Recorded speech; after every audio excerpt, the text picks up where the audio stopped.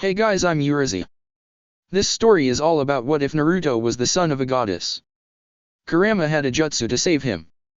The only problem? It didn't quite work as intended. And now Naruto is reborn in a world where gods and monsters roam the lands. Thankfully, this time around, he has a mother with the most striking silver eyes, the same color as the moon. Before we proceed with the story, please like and subscribe to this channel if you liked the video, and don't forget to check the description for the other works of the author if you liked the story. Let's start. Chapter 11, The End of Lies. Once they reached cruising altitude, Apollo switched the sun chariot to autopilot and stood up, turning around to face them all. "All right, campers and hunters," he grinned. "You know the drill. It's time for the post-quest debriefing." Percy groaned in protest. He'd gone through this twice before, on his quest to retrieve the Master Bolt and on his unofficial mission to acquire the Golden Fleece. Both times, it had been tedious, irritating, and boring. For the Master Bolt quest, Chiron had interrogated him, Grover, and Annabeth on every little detail that occurred on the quest, from the paint on the walls of the Lotus Casino to the location of the monsters they faced to the amount of time it took to get from city to city. And it was even worse for the Golden Fleece quest. Chiron had discreetly interrogated him, Annabeth, Grover, and Tyson on everything, even recruiting the aid of a psychologist, an unclaimed son of Hypnos, to bring back Tyson's memories because he didn't remember everything clearly. Needless to say, for ADHD demigods, it was a veritable torture, and Percy was 70% sure that it was Chiron's form of revenge on them. "Normally, I would let Chiron handle this," Apollo continued, "but... well, I'm sure you understand when I say this quest is of a rather sensitive nature, and secrecy is essential." At this, Percy frowned. "You don't trust Chiron? Even after what happened this summer?" Chiron had been suspected of poisoning Thalia's tree, and was forced to leave the camp. He returned, of course, once Percy maneuvered Luke into confessing in front of Mr. D through an iris message. Apollo sighed. "I'm well aware that Chiron would never betray us. However, I have to follow protocol. Father's orders." Percy's frown deepened. Sure, Chiron had his quirks and was terrifying sometimes, but despite his outward persona, Percy knew that he cared for each and every camper. After all, he personally infiltrated Yancy Academy for Percy's sake, posing as a teacher for a bunch of 6th graders. He had to grade hundreds of illegible assignments, try to teach a bunch of spoiled rich brats Latin, deal with angry parents because their kids flunked a quiz, and Chiron didn't automatically apply a 30% curve, although he did receive quite a lot of money in bribes and even cut Percy in a part of the loot, and, worst of all, remain in wheelchair form for more than 10 hours a day. After doing everything he did for the demigods, Zeus still didn't trust him? Paranoid bastard. Now then. Apollo snapped his fingers and the interior of the sun chariot morphed into a large room. There was a circular table, and a light in the shape of a ring hung down from the ceiling. A massive screen on the wall showed an image of the map of the US. "I need y'all to recount everything that happened." Percy glanced around the room. They had all been teleported into their new seats, and Annabeth sat to the right of Percy and Naruto sat to his left. Artemis sat next to Naruto, still clutching his hand tightly. Naruto's hand was white from the pressure, and Zoe and Bianca were to the left of Artemis. Thalia sat to the right of Annabeth. Bianca glanced between Artemis and Naruto. "Hey, Apollo held up his hand, stopping her. "Questions after. Recap first." Zoe nodded. "Very well." And she began to describe the events of the quest in excruciating detail. After about 10 minutes, Percy lost the fight and slumped over, his eyes closed. After 20, Thalia and Bianca passed out as well. Only Artemis, Apollo, Annabeth, and Naruto remained wide awake and listening, although in Naruto's case, he was extremely zoned out and didn't appear to be listening. Near the end of the retelling, where Zoe was talking about how they reached the peak of Mount Othris and saw Naruto in a glowing golden cloak, Apollo met Zoe's eyes and telepathically reached out to her. "Hey Zoe? Get out of my mind," came the immediate mental reply before Zoe concentrated and expelled Apollo. Apollo pouted at her before looking at Artemis, who, after a second, stared at Zoe as well. "Zoe," Artemis spoke in her mind. Please don't talk about the fight after Percy, Bianca, and Thalia left. Don't mention the divine forms or how Naruto died.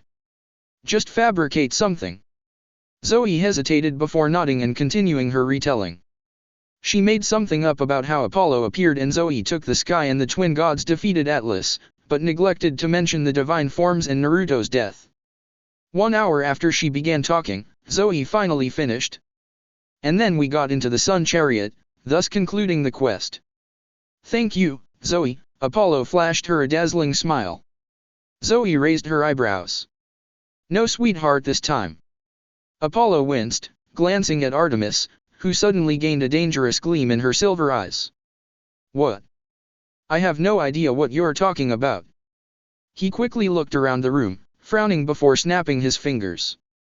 A loud klaxon blared, startling Percy, Thalia, and Bianca awake. Or rather, it startled Percy and Bianca awake, judging by how Thalia calmly opened her eyes. She hadn't been sleeping at all. Sushi is fish cruelty, Percy blinked as he regained his bearings. Oh. All right, Percy, Apollo grinned. Tell us what happened down there. Percy hesitated, looking at Thalia and Annabeth. We fought Luke, Thalia interrupted, her expression downcast. He died. End of story. Apollo frowned. Come on, you know that's not how it works. I need to know everything. Apollo, Artemis cut in, looking at Thalia and Annabeth in concern. We can find out later. Thalia shot her a grateful look. Apollo tilted his head but shrugged. All right then. Let's see. Did we miss anything? Percy seemed to shrink into his chair. Apollo snapped his fingers. That's right. Percy, you still need to tell us how you joined this quest in the first place. Percy hid his groan. There's not much to tell.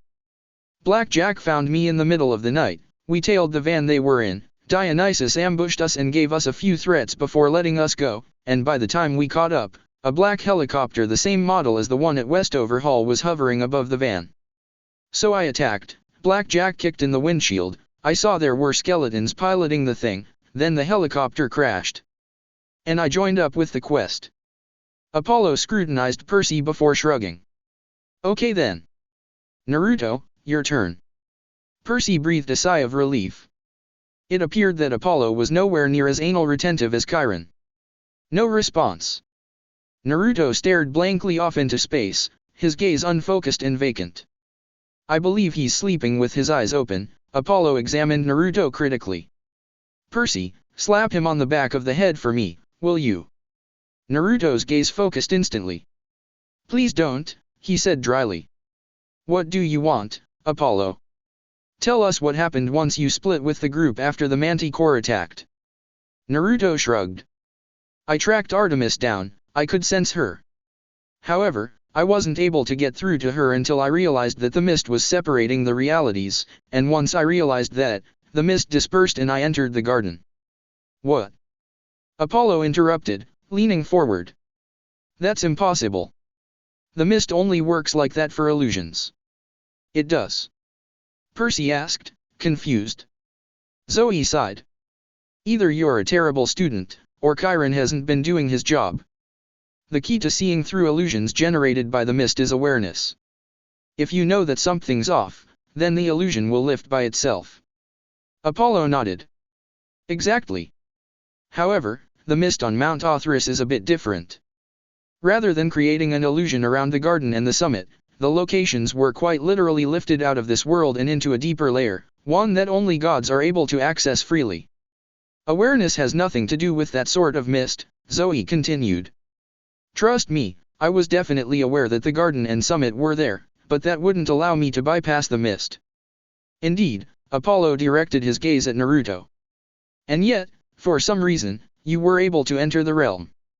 Naruto shrugged. Hey, don't look at me. I have no idea what happened. I'm not complaining though. Apollo sighed. Of course. Not only did you manage to do the impossible, but you don't even know how you did it. Naruto smiled. Theory never was my strong point.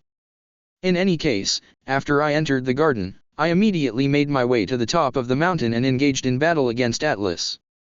His hands balled into fists. He was the second most frustrating opponent I have ever fought against. Who was the first? Percy asked curiously. Apollo, Naruto answered, narrowing his eyes at the god in question. Apollo's hand flew to his heart dramatically. Me? Apollo? Percy asked confusedly. Naruto nodded, his expression dead serious. Tell me, Percy. Have you ever played Super Smash Bros. Before? Apollo suddenly looked extremely smug. Percy blinked. A few times before? Then can you imagine playing against someone who has their eyes closed and is controlling the controller with their mind? Naruto seethed in rage. It's the most blatant form of cheating that I can think of. You take that back, Apollo immediately responded, eyes narrowed. It's not cheating. Besides, there isn't a single rule that states that I can't control it with my mind. That's because the rules were written for mortals, not for gods. Naruto shot back. It's an implied rule. Super Smash Bros. Is a hand-to-eye coordination game, and using your mind completely defeats the purpose. You're just salty because you're a Pikachu Onetrik, Apollo smirked. Whereas I am equally proficient in every character. Naruto crossed his arms. Yeah, well, this Pikachu Onetrik managed to defeat you 20 times in a row even with your cheats, so you can't talk. Apollo sighed. For the last time, I was drunk. Yeah, but you were also cheating, so it balances out, Naruto replied dismissively. Besides, I recall defeating you plenty of times afterwards when you were sober. And, as a doctor, I already pleaded temporary insanity for those times. Overruled. Naruto snarled. You can't overrule a doctor's diagnosis, you know what? Apollo glared at Naruto. Fine. Once we get the council meeting over with, you, me, best out of 20. Deal, Naruto returned determinedly. Have the caffeine and sugar ready. If you two are done, Artemis cut in, then shall we continue? Naruto rubbed the back of his head sheepishly. Ah, right. So anyway, where was I? He drummed his fingers on the table. Atlas and I fought. And nothing would work. He possessed incredible durability and resilience, and his regenerative abilities were, well, needless to say, I had never seen anything like it. He shrugged off attacks that should have quite literally disintegrated him on a molecular level. Yeah, that sounds about right, Apollo nodded. He's a tough bastard. And that's pretty much it, Naruto finished. A lot of attacks were ineffective, including but not limited to, Rasengan, Raisin Shuriken, Big Ball Rasengan. Percy snickered. Planetary Rasengan, Ultra Big Ball Rasengan. That's enough. We get the idea, Apollo cut in. Dear gods, are you horrible at naming things? Should have let me do the honor. Naruto narrowed his eyes. What, would you prefer I named my techniques something like Spiraling Flash Super Round Dance Howl Style 3? Apollo brightened. That sounds brilliant. Figures, Naruto muttered, although he couldn't prevent the small reminiscent smile from appearing on his face. Apollo and Minato probably would have gotten along. All right, that concludes the post-quest briefing, Apollo announced. And now. A grim look appeared on Apollo's face. Question time. A moment of silence. The calm before the storm. Explain, Zoe demanded, looking at Artemis. Perhaps it was impudent of her to speak this way, but she didn't care. Not right now. Not when the thousands of years of trust she had in her mistress was just destabilized entirely. Before Artemis could speak, Bianca spoke up. Is Naruto your brother? She asked Artemis. Artemis blinked. Come again. I mean, Bianca's eyes flickered back and forth between Naruto and Artemis. He looks really similar to you. So I thought. An understandable mistake. In fact, if Percy didn't know any better, he would think Artemis and Naruto were siblings as well. They were both about the same height, since Artemis was currently in her normal 12-year-old form, they looked like brother and sister. Artemis's lips quirked up. I see. No, he's not my brother. Naruto is my son. Her declaration was met with silence. I didn't break my oath though, she continued hurriedly, looking at Zoe. He was born through essence combination. Zoe's eyes widened before she bowed her head. I apologize for doubting you. Please, forgive me. Artemis smiled. No worries, Zoe. I understand completely. If I may ask. Who? Artemis hesitated. I don't know. A lie. Essence combination. Bianca asked confusedly. What is that? Gods can have children without the actual intercourse, Artemis explained. Why they would want to skip the best part, I have no idea, Apollo muttered. Artemis shot him a scathing glare. For example, Athena is a maiden goddess, but she still has children due to essence combination. She combines her thoughts with immortals, essentially creating a brain child. It's how Annabeth was born. Annabeth nodded mutely. Percy frowned in concern. While both Annabeth and Thalia had stopped crying and their tears had dried, they still had identical looks of grief and sorrow on their faces, Thalia especially. Percy didn't blame them. As much as he disliked it, he knew that they were both extremely close to Luke. Percy didn't really know what to say to make Annabeth feel better, so he just reached over and squeezed Annabeth's hand. She squeezed back. Bianca nodded slowly. Okay then. Apollo snapped his fingers. That reminds me. Daughter of Hades, He inspected Bianca carefully, noting the quiver full of Stygian iron arrows with slight distaste. So Hades broke the oath too. Perhaps not, Zoe cut in. Bianca and Nico were trapped in the Lotus Casino for the past 70 years or so, during FDR's time. I think they were born before the oath was made. Thalia bolted upright, shock momentarily overcoming her grief. Wait. Her eyebrows scrunched up in concentration before realization dawned. Hades didn't break the oath, she whispered disbelievingly. Percy blinked. Whoa. I think you owe him an apology. Oh, the sheer irony, Apollo chuckled before his gaze sharpened. Do you enjoy killing small animals? He questioned Bianca. What? Bianca looked taken aback. No, of course not. Do you feel remorse?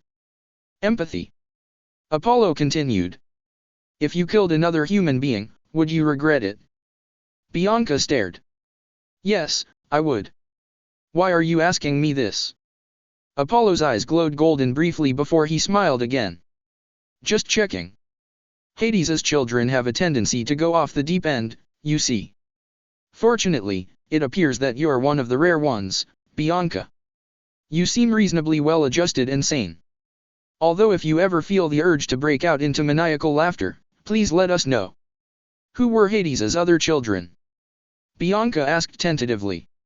Hitler. Napoleon. The first Hassan Isabag, Apollo listed out. Bianca paled at the first name. Oh. Yeah. Don't worry though, Apollo added reassuringly.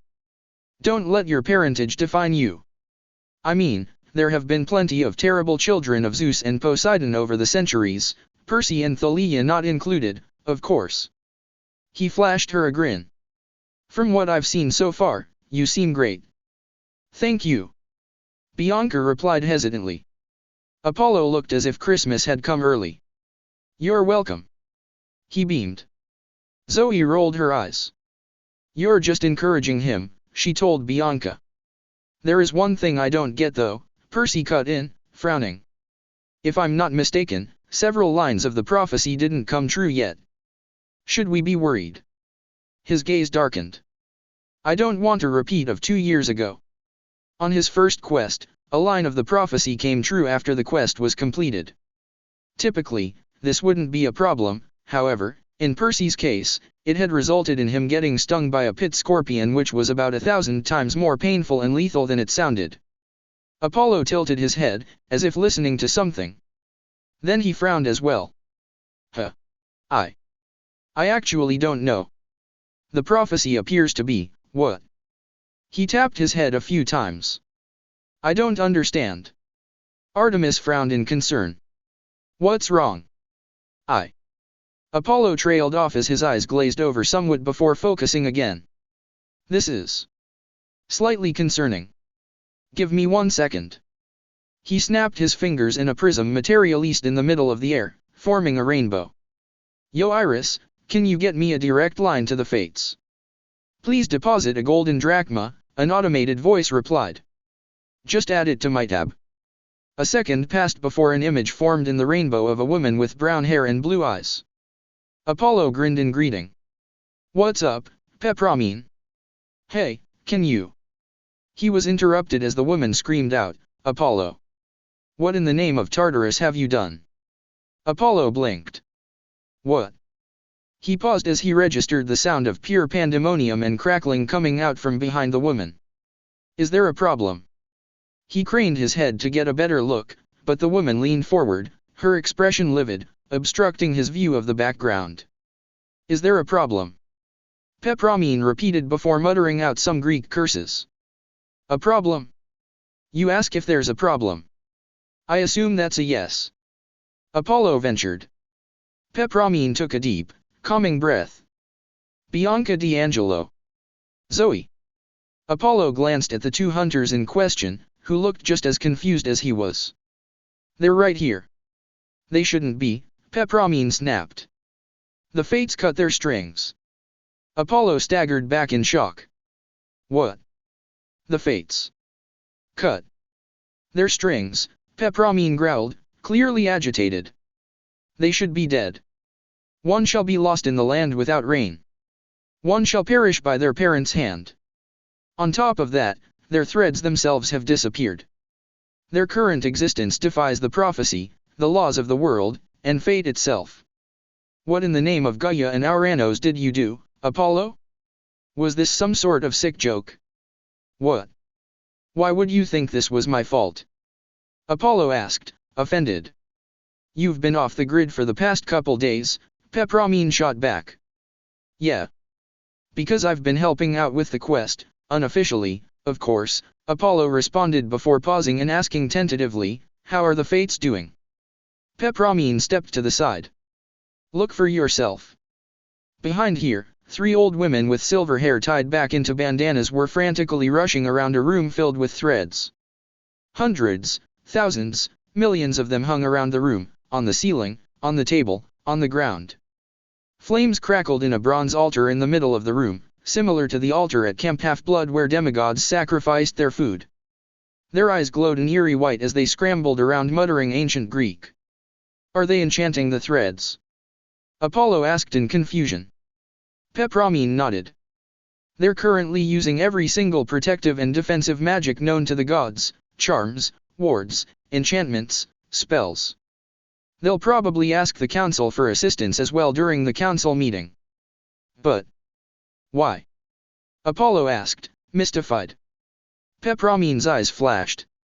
Did you miss the part where I said that Zoe and Bianca D'Angelo's threads literally disappeared before their eyes? Needless to say, they wish to prevent that from occurring in the future. Apollo nodded in understanding before frowning as one of the fates rushed to the bronze altar and tossed a slip of paper into the flames. And there. Burning paper now. Pepramine rolled her eyes. They're sending out messages to all their contacts to try to figure out exactly what the Hades is going on.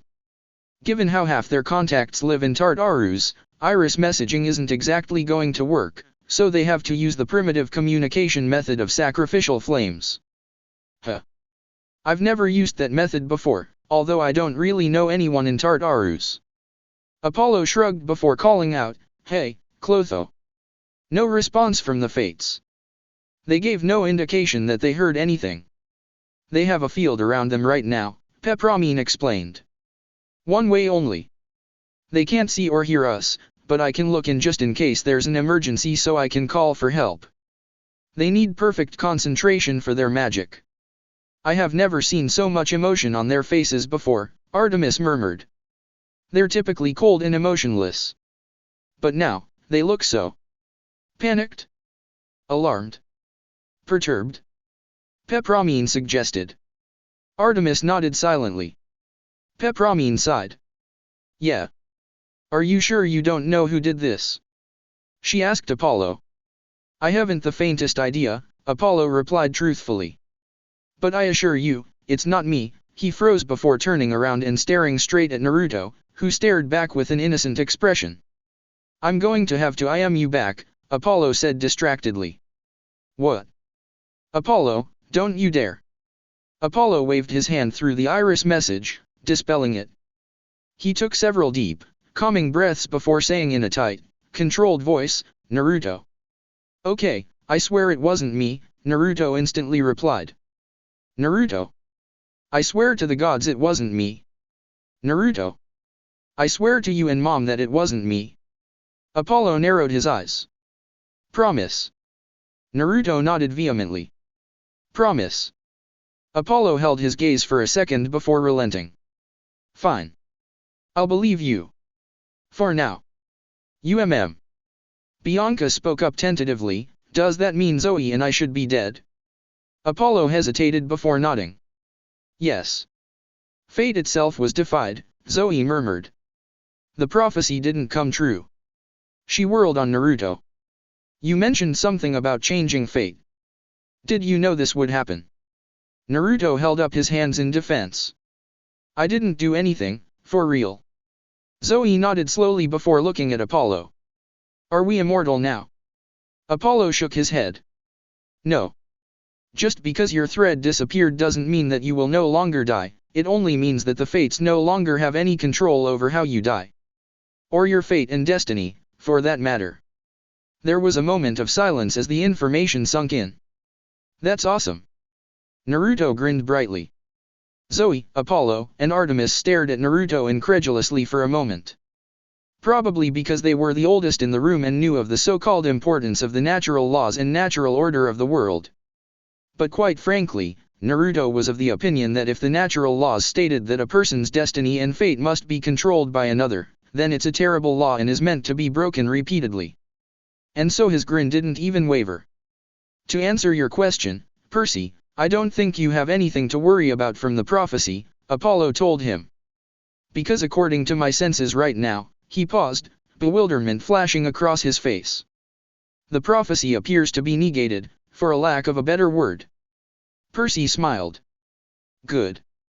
Apollo snapped his fingers. Speaking of which, that should be enough time. Thalia, Bianca, Percy, Annabeth, ready to talk about what happened down there yet? Percy hesitated, looking at Annabeth and Thalia once more. Fortunately, their shock and grief had dwindled down to controllable levels, and after only a moment's pause, Thalia began to speak. After falling through the hole in the ground, we landed and came face to face with Luke Castellan, the son of Hermes. And then the Titan set out and holes appeared under us again, we fell through, and we appeared next to you guys. And that's it, Thalia finished. She had left out almost no details, and even though she wavered several times while describing what happened with Luke, not a single tear escaped. Whatever faults she may have, Percy could not deny that she was exceptionally strong, both in body and mind. Apollo was silent for a moment. Then he broke out in a grin. Congratulations, Thalia. You killed that traitor. Brother, Artemis cut in disapprovingly. What? Apollo defended. Look, Thalia, I know you feel terrible and all, but let's face it. Luke was a traitor to both Olympus and his friends. By killing him, you saved lives. Naruto twitched. He would have argued, but he realized that anything he said would only make Thalia feel worse, and so he kept silent. He did have some tact, after all. Thalia glared at Apollo. Forget it. Apollo clapped his hands together. Well then, I think we're finished. He snapped his fingers and the interior of the sun chariot reverted back into a bus and they were teleported back into their seats. All right, let's head to Olympus, he called to them, disengaging the autopilot. Olympus? Bianca asked curiously. Apollo nodded. You're going to have to appear in the council meeting tomorrow anyway, so might as well be efficient. I'll let you guys crash in my temple for the night. He grinned. Besides, you all risked your lives to rescue my little sister. The least I can do is reward you a bit and surround you in the finest luxury you have ever seen. Percy pursed his lips. Is your temple better than the Lotus Casino Hotel? Apollo laughed. Percy, the Lotus Casino Hotel was based off of my temple. Percy grinned. In which case, it's a deal. Naruto observed Mount Olympus with curiosity. It hung suspended in the air above the Empire State Building. Even at night, torches and fires made the mountainside palaces glow 20 different colors, from blue red to indigo. Gods didn't sleep, after all. Apollo dropped them off in front of his temple before both he and Artemis vanished in a flash of golden and silver light respectively, presumably to go talk to Zeus and perhaps Athena. Naruto glanced around. Their arrival had drawn the attention of nature spirits and minor gods who were already gathering around, staring and whispering at them, or, rather, at him. He hadn't bothered to reapply the hench since his secret was already out. He massaged his hand distractedly, trying to restore the circulation.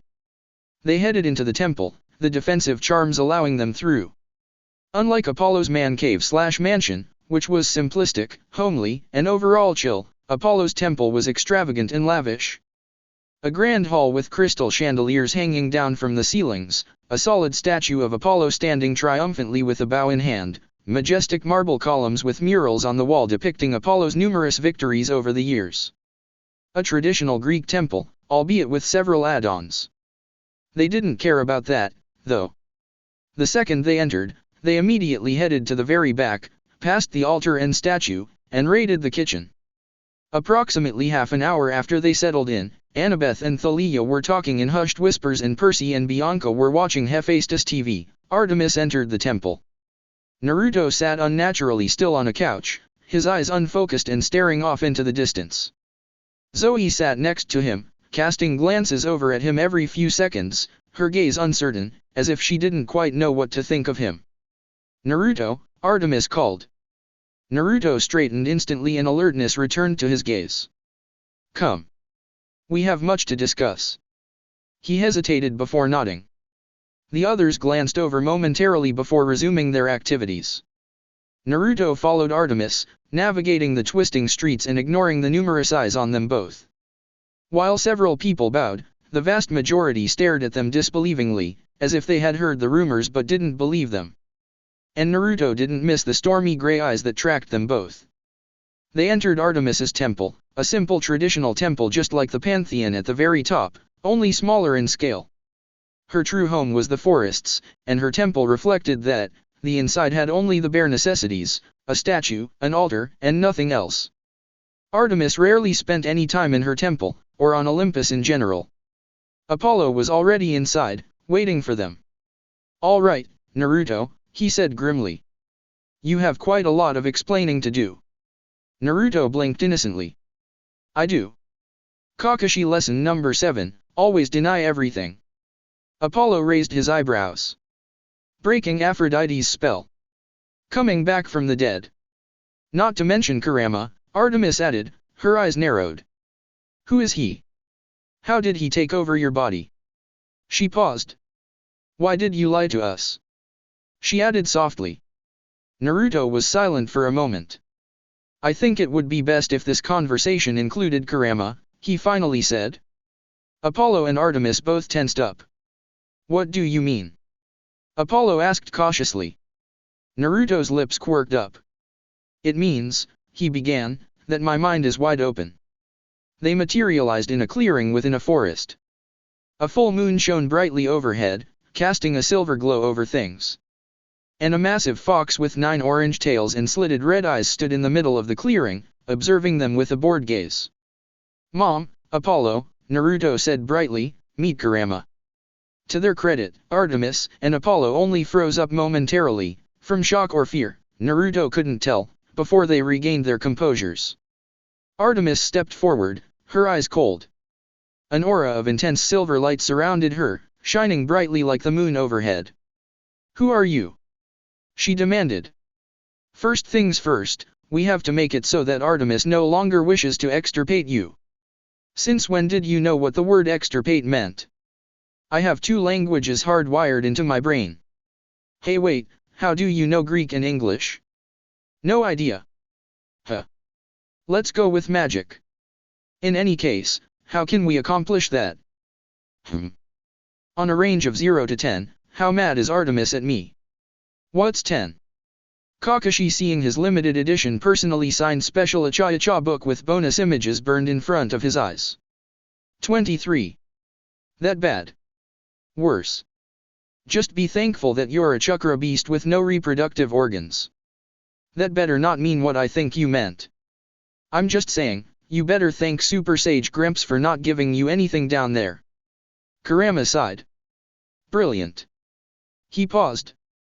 Speaking of Hagoromo, why didn't you go into Six Paths Sage mode the second Atlas entered his divine form? The old man gave you that power to be used, not to collect dust. I was going to. Naruto rubbed the back of his head awkwardly. But.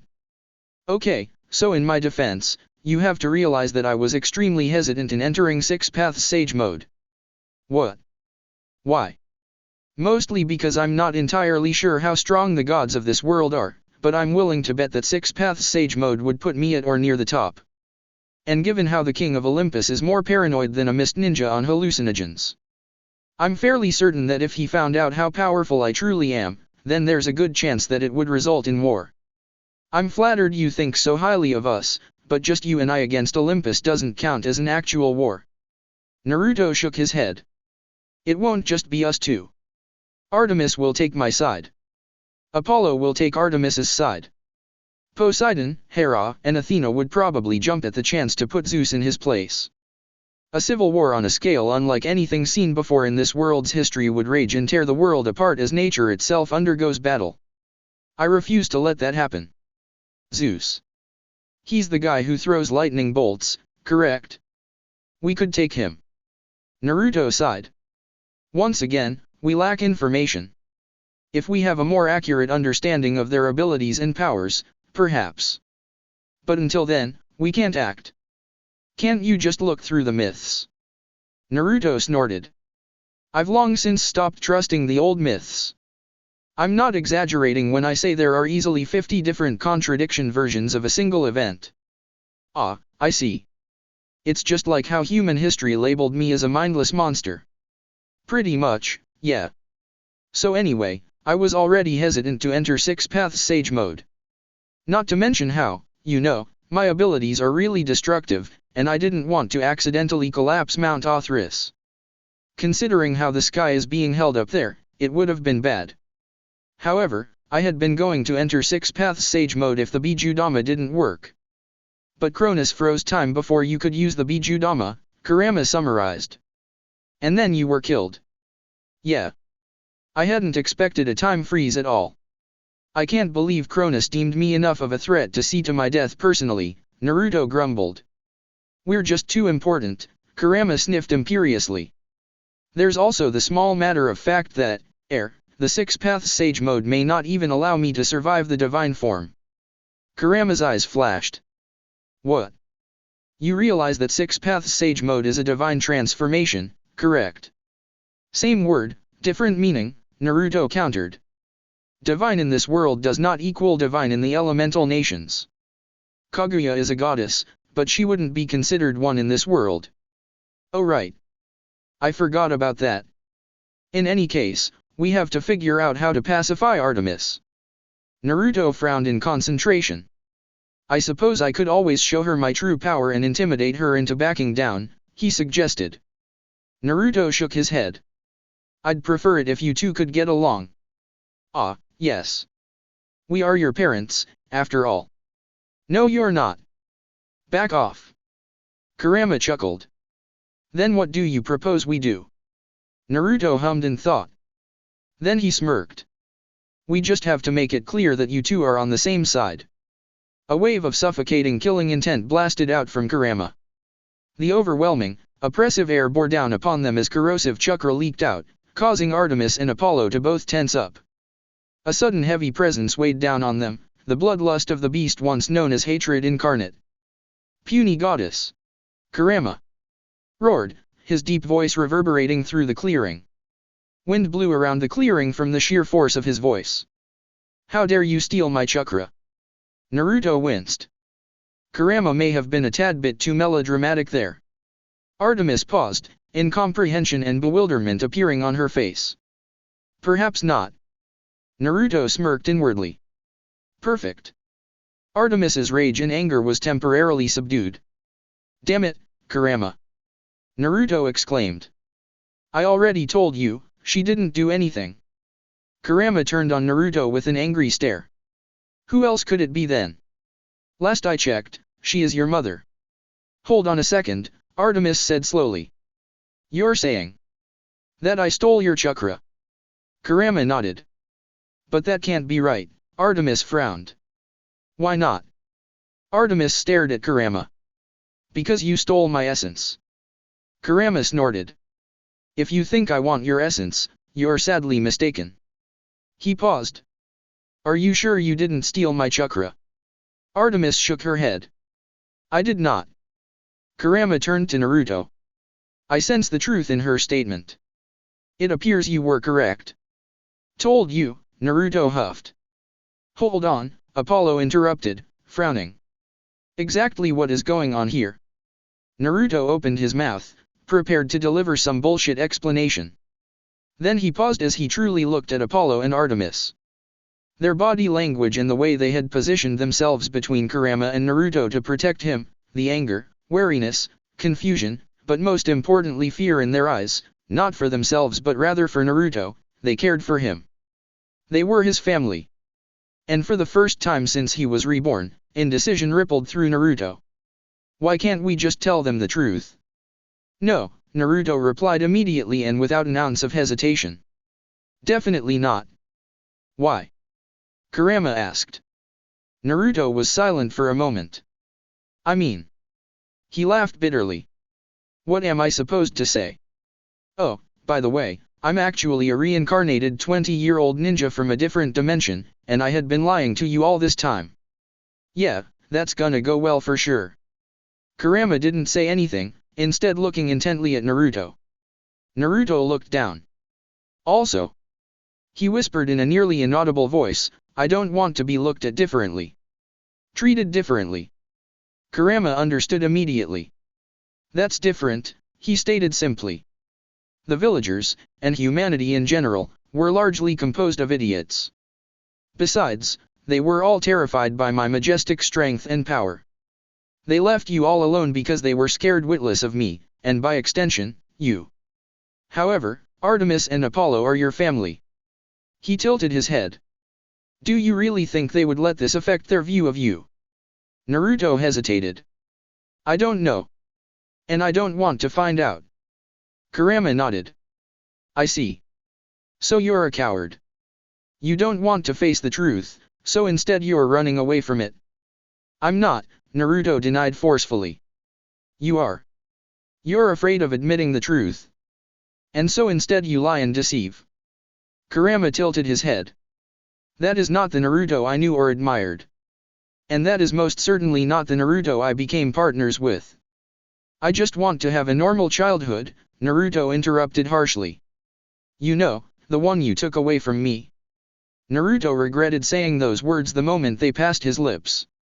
Kurama froze up, his red eyes disbelieving and even a little hurt before he seemed to deflate into himself, glancing away and mumbling quietly, oh. I see. I didn't mean that, Naruto said guiltily. I'm sorry. I know, Kurama responded. He sighed regretfully. Very well. If you wish to continue living a facade, then I will not stop you. But as he stood there, doubt clouded his mind.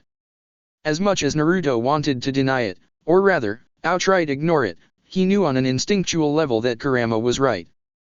He was running away from the truth. He was afraid of how everyone would react. An irrational fear that probably stemmed from his childhood as a Jinchuriki. Naruto liked how things were right now with Apollo and Artemis. And he didn't want to risk changing it for the worse. It's why he hadn't said anything for the past 3 years, it's why he hadn't revealed his origins to anyone. Because whenever he even considered telling them, fear and uncertainty would silence him. There was a chance that Apollo and Artemis would accept him and not let their view of him be affected. But there was also a chance that they would begin treating him differently. Treating him negatively. Naruto didn't want to take that chance. However, Artemis and Apollo are your family. So you're a coward, running away from the truth. That is most certainly not the Naruto I became partners with. Kurama's words echoed in his head, preventing him from beginning his monologue.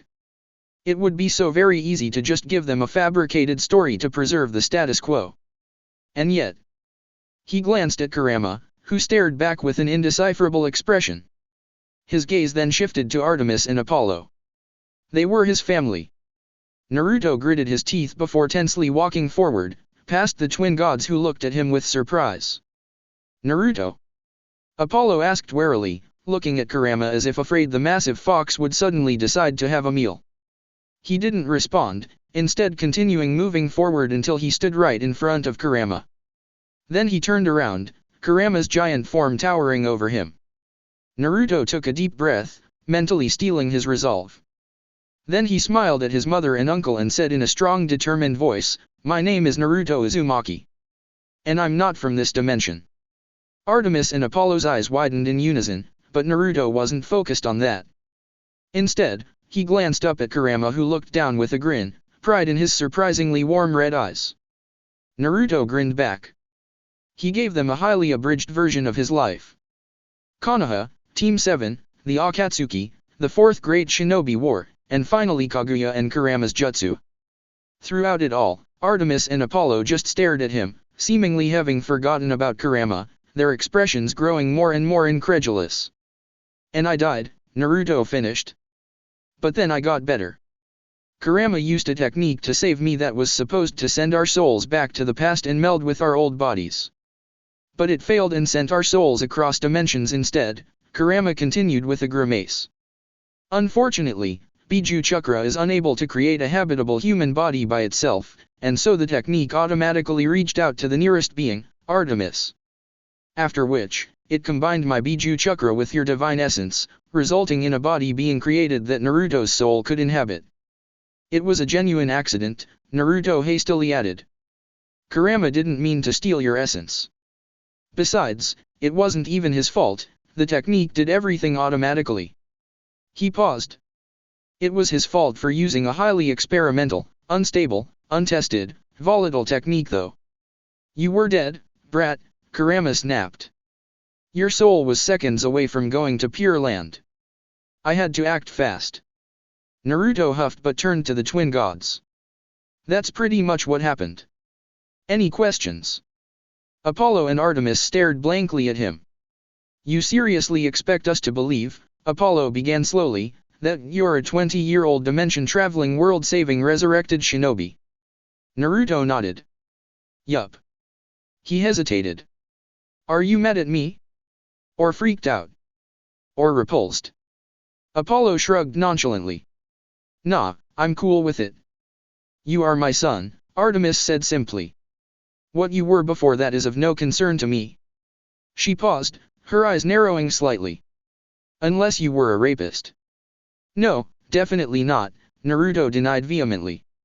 "Sakura would have castrated me repeatedly, and Bachan would have helped." Artemis nodded approvingly, ignoring the unfamiliar names. "Good. In which case, I have no problems with it." Naruto blinked. "You're not weirded out at all? Your view of me hasn't changed? You don't feel a sudden hatred towards me or something?" Apollo chuckled. "We're gods, Naruto." He said that statement as if it explained everything, which, in a way, it did. "Besides, it was pretty obvious that you were hiding something. I am the god of truth. I'm just relieved that you weren't channeling the dark powers of Tartarus in an attempt to become the devil incarnate." Artemis nodded in agreement. "While it's unexpected that you're a reincarnated soul from another world, I don't care about that." She walked forward, placing her hands on Naruto's shoulders, her silver eyes staring warmly into Naruto's own silver orbs. "After all, I'm your mother." She smiled. "And it's only natural for a mother to love their child unconditionally, no matter what, you know." Naruto swallowed with difficulty, his gaze suspiciously bright. "Ah. Thank you. Can I have a hug?" Artemis laughed gently before stepping in and hugging Naruto tightly, washing away all his fears and doubts and uncertainty. They accepted him for who he was. Overwhelming relief and happiness flooded him. He didn't have anything to worry about. His family accepted him. And so he relaxed into the warm comfort of the embrace. Even Kurama and Apollo didn't dare ruin the moment. For a few seconds, at least. Ah, this truly is just adorable. It's too cute. I know, right? Group hug. Apollo announced cheerfully, spreading his arms and strolling forward. Artemis and Naruto immediately shot him identical glares, rooting him in place, Naruto discreetly rubbing at his eyes. Apollo pouted, his arms dropping loosely by his side. Anyway, this does explain a lot of things, Apollo mused as Artemis stepped back. If your chakra is from another non-Greek related dimension, then it would be considered a foreign entity in ours, and as such our rules and laws will not apply to it. I think. Naruto nodded. Aphrodite's spell prevented me from altering my appearance with illusions. She had absolute control over her domain, and a normal henge wouldn't work. However, by supercharging the henge with a massive amount of chakra, I was able to override her absolute control. Do you ever run out of chakra? Apollo asked curiously. Naruto chuckled. It's theoretically possible, but in a real-life application? No. With Kurama, my chakra is as good as unlimited. I see, Apollo rubbed his chin. However, I'm fairly certain that your ability to bypass the laws of reality only applies to your chakra. This is evident by how my spells and curses are effective on you, such as when I cursed you to talk in rhyme only. Naruto nodded slowly. Yeah, you're right. I think it's because I'm half god, so I'm still bound by the rules of this world. Or rather, my body is. My soul and chakra are not. Fascinating, Apollo murmured. His eyes gained an unholy light. Naruto recognized that light. No, you're not allowed to dissect me, Naruto said dryly. Please. No. Apollo sighed. Fine. And I suppose this is also why you died incorrectly? Your soul isn't from this dimension, and as such it didn't go to the underworld and just lingered around at the place where you died. Naruto shrugged. That seems to be the most plausible explanation. He grinned. I'm immune to death. Apollo suddenly frowned. But that makes no sense. If your body truly is composed of chakra and divine essence, then you shouldn't have red blood. His eyes widened in realization. Ah, I see. Your human soul. My what? Naruto frowned. Apollo adopted a lecturing stance. As you know, gods don't have DNA. As such, we're able to have offspring that aren't human, or even humanoid. Most obvious example I can think of is Arion, the horse son of Demeter and Poseidon. What? Kurama said flatly. It's possible for gods to have children with animals, Apollo continued, ignoring Naruto's gagging sounds and Kurama's suddenly alarmed look. And our offspring would, in most cases, be the animal. If we sleep with a dog in dog form, our children will be a dog. Sleep with a horse in horse form, our children would be a horse. However, his eyes flashed maniacally. What would happen if we sleep with Kurama? Don't even fucking think about it, Kurama muttered, unleashing another blast of killing intent just in case Apollo got any ideas. I presume that Kurama is composed of Biju chakra, correct? Apollo asked. Naruto nodded in confirmation. Then there you have it. Artemis's divine essence was unable to replicate Biju chakra, so instead it was influenced by your mortal soul. As such, your body gained some mortal characteristics, such as your red blood, but it also gained some divine qualities, such as your accelerated aging and holy Zeus. You make no sense whatsoever. Naruto blinked owlishly. Excuse me. Can we just take a step back and appreciate how big of an anomaly you are? Apollo continued, pacing back and forth agitatedly. At first glance, you seem like a normal mortal until you consider the accelerated aging, immunity to all diseases, and an extra circulatory system. I mean, what the Hades are you? Naruto shrugged. No idea. Apollo sighed heavily. You know what, forget it. I'll just stick to what I normally do with you. As long as you don't suddenly get an urge to consume human flesh, then we're good. He turned on Kurama. And you? What are you? Kurama hesitated. Now see, here's where it gets truly confusing. Never mind, Apollo responded instantly. I'm not nearly drunk enough for this. Kurama looked amused. Very well then. Mortal soul. Naruto mused before looking at Kurama. My soul is Azura's. Does it even count as a mortal soul at this point? Kurama sighed heavily. For the last time, it's not true reincarnation. You don't have Azura's soul, you just have a tiny, negligible amount of his chakra. If it was true reincarnation, then there should only be one soul for all of Azura's reincarnations, and Hashirama wouldn't have been able to be summoned since his soul is your soul. That's not what Super Sage Gramps said, Naruto countered. Naruto, are you going to trust in fundamental logic or the words of an old man who had to literally dumb himself down to your level? Kurama grumbled. He just oversimplified a ridiculously complicated process into words that you could understand. Okay, that's fair, Naruto admitted. Your mortal soul is also the reason why you died, Artemis spoke up. Naruto raised his eyebrows, interested. What do you mean? One common misconception about a god's divine form is that anyone who looks upon it would be reduced to their component atoms and incinerated on the spot. Naruto frowned, confused. What? Isn't that what happens? Artemis shook her head. No. People mix up the cause and the effect, they think that since their body is incinerated, they die. It's the opposite, they die, and as a result their body is incinerated.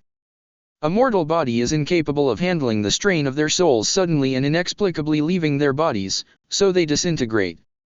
A demigod, however, possesses enough divinity to maintain their structural integrity, so they would simply die, their bodies intact. Okay, Naruto said slowly. I still don't get it though.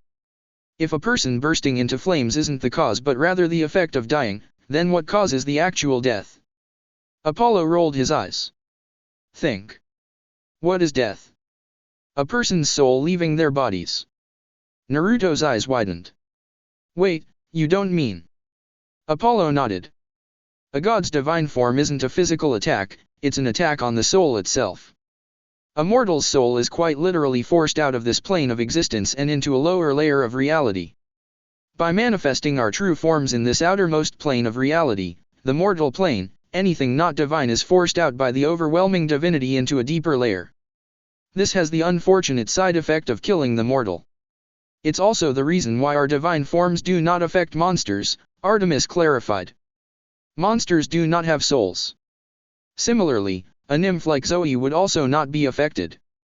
Granted, this was an extremely condensed and simplified explanation. The full version took Athena 5 hours to fully elucidate. A haunted look appeared in Apollo's eyes. Easily one of the worst council meetings I've ever been to.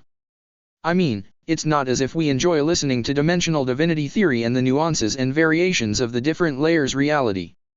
Kurama tilted his head. I see.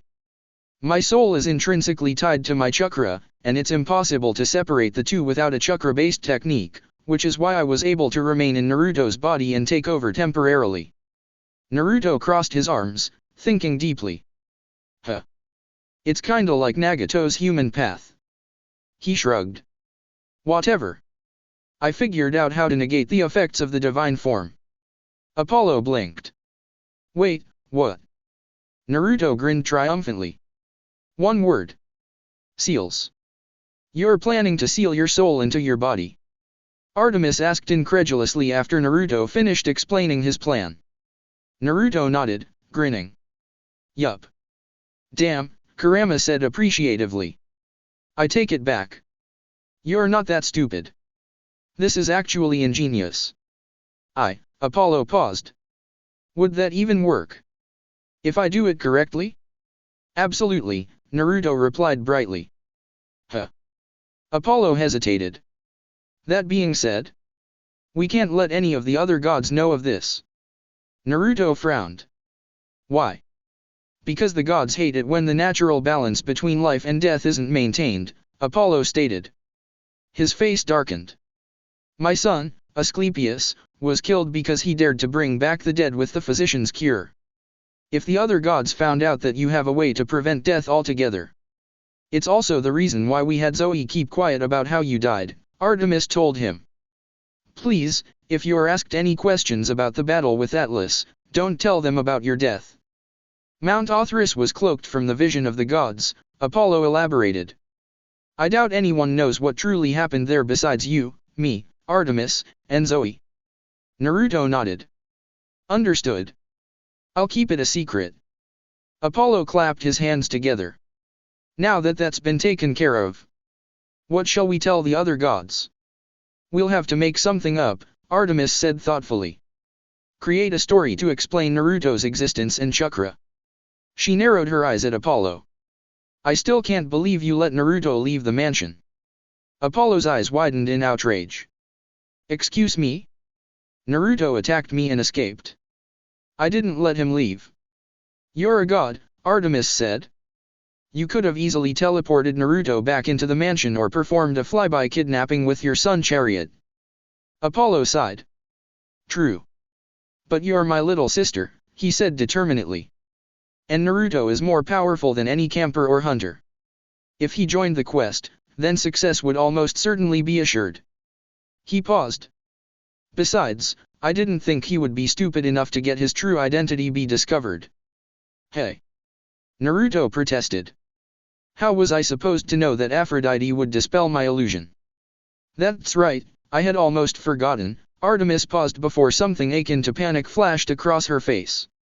Naruto, please tell me you didn't needlessly antagonize her. Naruto winced. Oh. Naruto. What did you do? Artemis demanded. I kinda cled her for strata bitch beauty Natsuri because she isone. Artemis blinked. Once. Twice. She took a deep, calming breath before releasing a long-suffering sigh. Of course. Of course you did.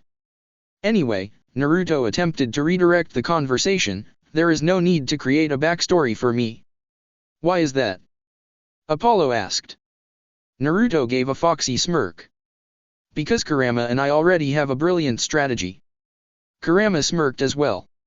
Indeed. It should be more than enough to placate the gods. Apollo raised his eyebrows, interested. Let's hear it. And Naruto told them the plan. Naruto made his way back into Apollo's temple. It had been a long day, and he really wanted to sleep. While he could theoretically stay awake for more than a week surviving on Kurama's chakra, he still enjoyed sleeping. There were rooms at the back of the temple which Apollo had conjured up for them to use. As he entered the living room, although it was so extravagant, calling it a living room would be an understatement, he saw Zoe, who was still sitting on the couch. She opened her eyes, signifying that she had been wide awake the entire time. Yo, Naruto greeted. Where are the others? Asleep, she answered. I was waiting for you. Let's talk. She patted the Seiyushian next to her. Naruto sat down cautiously. A silence descended over them. The only source of light came from the moonlight streaming in. You're the son of Artemis, Zoe suddenly said. Naruto nodded. I am. That's why you wanted to join the quest so badly, she murmured. She paused as a thought occurred to her.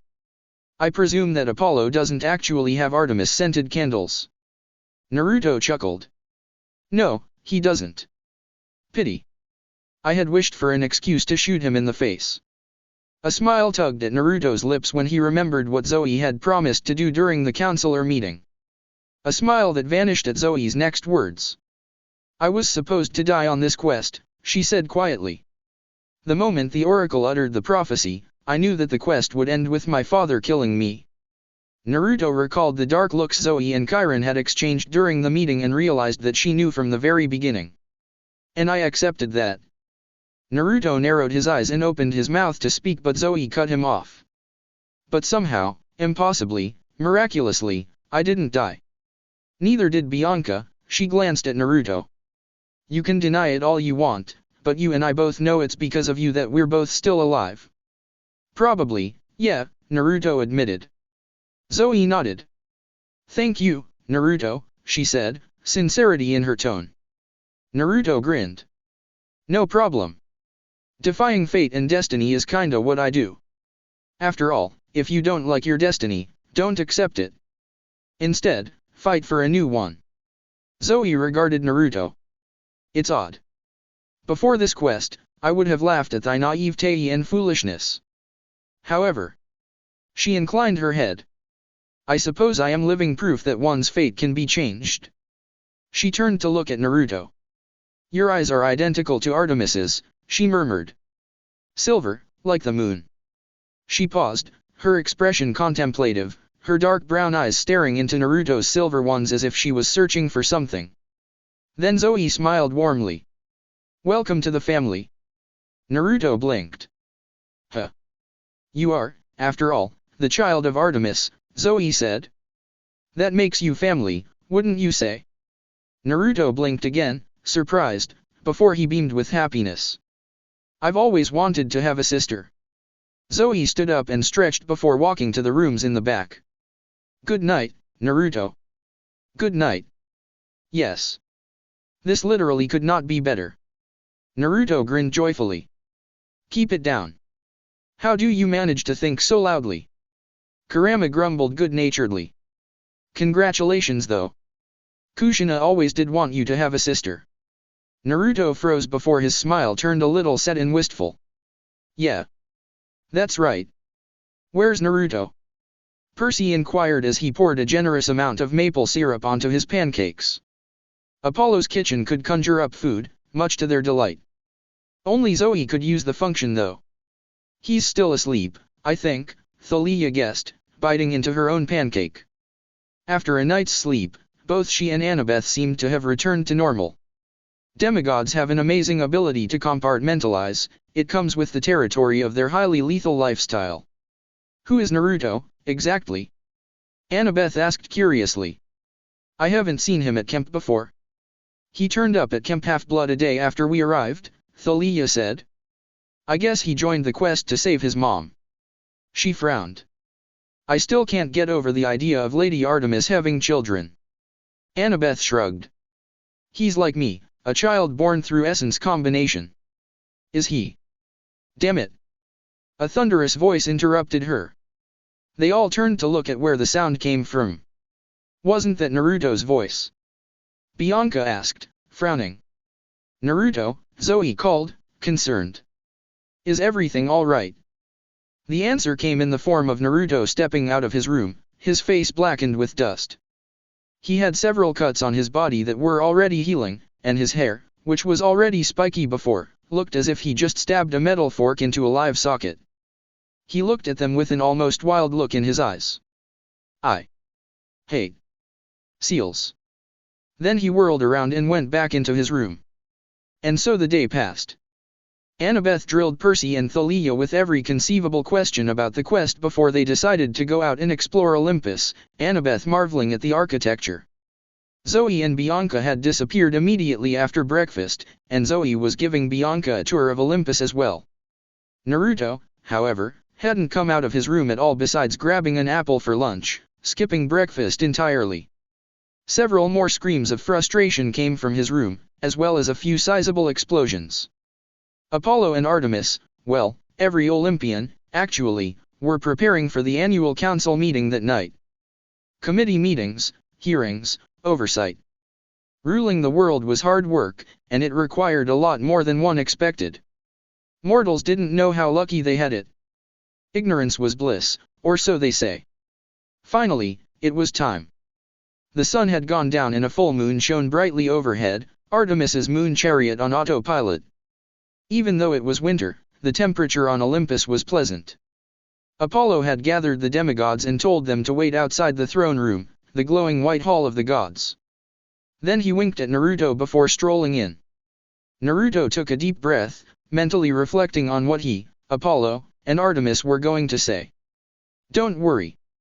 If the plan fails, then we go to Plan Delta X. Which is 6 Paths Sage Mode, My Chakra Mode, and some truth-seeking orbs for good measure. If Zeus thinks he can kill us, then he'll be in for a rough surprise. Naruto chuckled. Indeed. I would like to avoid that though. Enter, heroes, a loud voice boomed out as thunder crackled dramatically overhead. A determined expression appeared on Naruto's face. Showtime. Chapter 12, The Council of Gods. 12 enormous thrones made a U around a central hearth, just like the placements of the cabins at camp. The ceiling above glittered with constellations. Hestia attended to the hearth, and when she saw Naruto, she smiled in greeting. Naruto smiled back, giving her a small wave before turning his attention to the other gods. Naruto observed the 12 Olympians gods. They were each around 15 feet tall, and he could feel the power thrumming in the room. Dionysus reclined on a throne made out of grapevines with a leopard seat Tsushian. He looked bored and was absently sipping from a crystal glass filled with Diet Coke, but Naruto didn't miss how his purple eyes flickered slightly when they entered. He really doesn't want to be here, Kurama remarked. He's filled with more negative emotions than Tsunade when she was forced to finish her paperwork without any sake. Hephaestus had a huge, bulging, deformed head, bushy eyebrows, and a long brown beard that would burst into flames every once in a while. His leg was encased in a metal brace, and he sat on a huge mechanical chair with gears sticking out that looked extremely uncomfortable. He stared at them curiously the same way Kankuro would look at one of his puppets, as if they were machines rather than humans. Oddly enough, when Hephaestus shifted his glance over to Naruto, a slight hint of respect entered his eyes. I thought gods could take any form they want. Kurama sounded confused. Why is he crippled? Naruto shrugged mentally. No idea. Hermes' eyes twinkled as he leaned back in a simple stone throne with a Tsushian of goatskin. Naruto took an instant liking to the man. He had the air of a prankster. His expression was a little too innocent, as if he knew something was about to happen and wanted to claim plausible deniability. He practically radiated amusement, at what, Naruto didn't quite know, but he had a certain infectious cheer to him. Demeter sat on a throne woven from various plant material. While she didn't look particularly impressive, Naruto knew that he couldn't afford to piss her off. He knew of the myth of Erysichthon. If Demeter could induce a literal inability to be full after a meal, then it stands that the reverse could also be true. She could make it so that Naruto would be full and unable to eat after a single bowl, no, a single strand of ramen. Naruto could not allow that to happen, ever. I'm glad you have your priorities straight. Ares stared at them behind his shades, twirling around a knife in his hand. Naruto wasn't impressed. Neji's teammate could do way cooler tricks. His throne was made of leather and chrome with human skulls for armrests. And, judging by the scent, he was sitting on a Tsushian of human skin. I love how you referred to that girl as Neji's teammate, Kurama said amusedly. What, did you forget her name already? Shut up. It's been 3 years, and we barely even talked. Give me a break. Apollo's throne was made out of solid gold and glowed with the golden light of the sun. It was so bright, it hurt to look at. He grinned at them, humming an upbeat tune under his breath. Knowing him, he had probably composed that tune himself. Athena observed them with a clinical gaze, her gray eyes calculating, although she did soften slightly when her gaze landed on Annabeth. Then she narrowed her eyes when her gaze shifted to Percy. Her throne seemed to be woven from threads, intricate patterns that hung suspended in the air by an unseen force. Does she not like Percy Jackson? Kurama asked curiously. She has an immense dislike for Poseidon, and I guess that extends to Percy as well. Artemis sat on a silver throne surrounded by a silver glow. The seat Tsushian was composed of numerous furs that probably would have stirred an animal rights activist into a frenzy. She was no longer in her 12-year-old form. Instead, she looked to be slightly older than Hinata. When she met his gaze, a ghost of a smile appeared on her face. Aphrodite's throne was beautiful, just like herself. Silver inlaid with aquamarine and various other gems, with soft white feathers for a Tsushian. Once again, she had the appearance of Sakura with bits of Kushina thrown in. She smiled at Percy sweetly before her gaze slid over to Naruto, and something ugly reared up within her dazzling green eyes. She's our enemy, Kurama said immediately. She really does not like you. Yup. She's the goddess of love, but apparently that only applies to romantic love, not familial love. Hera gazed down at them regally. Her throne was made of ivory and a strange metal Naruto couldn't identify. Honestly, Naruto didn't know what to think of Hera.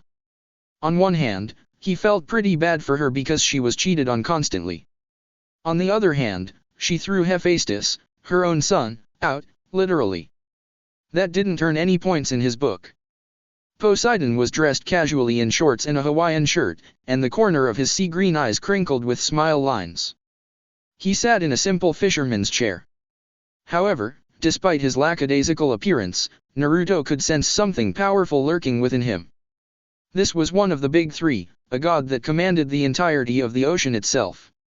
Zeus sat in the middle, his throne made of pure platinum with lightning bolt designs that glowed in intense white light. He wore a suit, his black beard was neatly trimmed, and his eyes sparkled with energy. He looked upon them sternly, although he appeared to be focused intently on Thalia. Unimpressive, Kurama said flatly. "Good evening, heroes," Zeus greeted. Thunder boomed overhead. Hi, Percy waved his hand awkwardly. Zoe muttered something under her breath that sounded suspiciously like idiot before walking forward and kneeling down on one knee. "Lord Zeus, it is an honor." Thalia, Bianca, and Annabeth followed suit, dropping down to one knee, and after only a moment's hesitation, Percy and Naruto also kneeled. "Rise," Zeus commanded. The demigods rose. "You have done a commendable job in saving Artemis." Artemis inclined her head in agreement. Apollo cleared his throat. "Indeed. In fact, I'm so impressed by their performance that I composed a small haiku. Heroes win laurels." Naruto's hand twitched as he reached for his kunai pouch, but Dionysus beat him to the punch. "Apollo, please," he groaned, cutting off Apollo. "Spare me. These council meetings are bad enough without your poetry. Not to mention all the preparations we have to go through. I just sat through a 3-hour meeting on the most mind-numbing subjects with a bunch of nymphs whose collective IQs didn't even reach triple digits." "Oh. Were they hot though?" Apollo asked eagerly. Dionysus winced, casting a glance at Zeus, who suddenly gained a stormy look. Apollo noticed. "My bad. Too soon." Dionysus had messed around with a wood nymph's heart, resulting in Zeus banishing him to Camp Half-Blood for a century as punishment. "Too soon," Dionysus said between gritted teeth. "Let us proceed to the matter at hand," Athena spoke up almost tiredly, as if these types of digressions were common in meetings. "The council is now aware of the massive threat the Titans pose. Mount Othrys is rising. The Titans are rapidly gaining power and followers. Prometheus, a Titan that sided with the gods in war, has joined Cronus. Hecate, the Titan of magic, and Pan, the Lord of the Wild, has also joined the Titans." "What?" Percy burst out, shocked. "Pan. The god that Grover was searching for." "Impossible," Zoe shook her head. "Pan would not do such a thing." Athena turned to look at them. "He did," she said coolly. Selene confirmed it. She didn't wait for them to respond. "In light of recent events and new information, the council has voted to act." There was some mumbling and shuffling among the gods, as if they didn't like the decision. Artemis and Athena silenced them with cold glares. "I'm afraid the full details shall be kept confidential," Athena continued. "Only Zeus, Artemis, and I know the entire plan." She looked around the room. "Rest assured, however, that I have considered nearly every variable and constant to ensure the highest probability of success. Taking down the Titans should be swift and simple, considering they're still at the early stages of gathering power." Poseidon snorted. "I thought you were supposed to be the wisdom goddess." Athena narrowed her eyes. "Excuse me.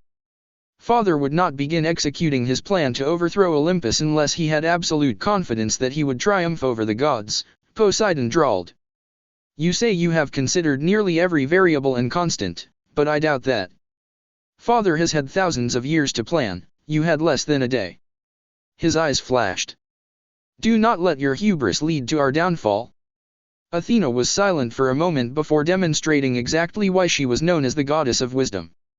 "I see your point," she inclined her head, swallowing her pride. "I apologize. Then what do you suggest we do?" "Share your plan with us." Poseidon spread his arms and looked around the throne room. "I, for one, would like to know the exact steps that will be taken to combat the Titan threat." I don't, Dionysus muttered. Not interested, Demeter yawned. Speak for yourself, Aphrodite examined her perfect cuticles. The Titans are dusty old relics of the past. You really think they're a threat? In the war, it only took 6 Olympians and a few monsters to defeat the Titans. She smiled. Now, the Titans have lost a lot of strength, and there are 12 Olympians. They don't stand a chance. Foolish goddess, Poseidon snarled. This only proves that you know nothing of father.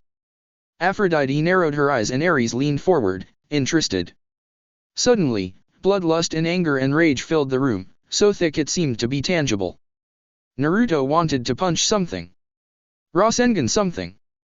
Snap out of it, Naruto. Naruto blinked before closing his eyes and concentrating. Wow. That was almost as strong as your chakra's madness-inducing effects. I don't know, Poseidon, Aphrodite said, smiling sweetly. It looks to me you're just scared of daddy.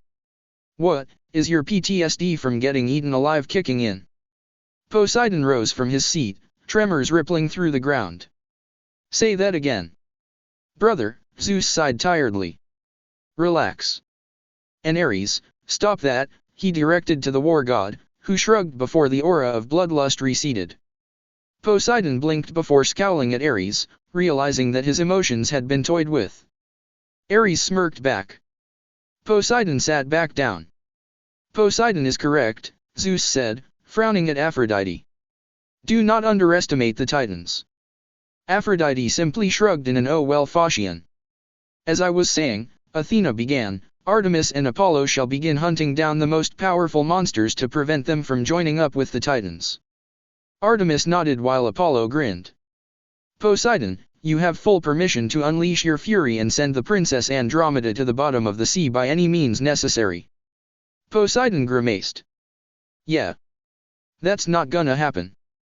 Oceanus and several other ocean gods are fighting against my will and preventing me from sinking the ship. I'll require a joint operation in order to destroy the ship.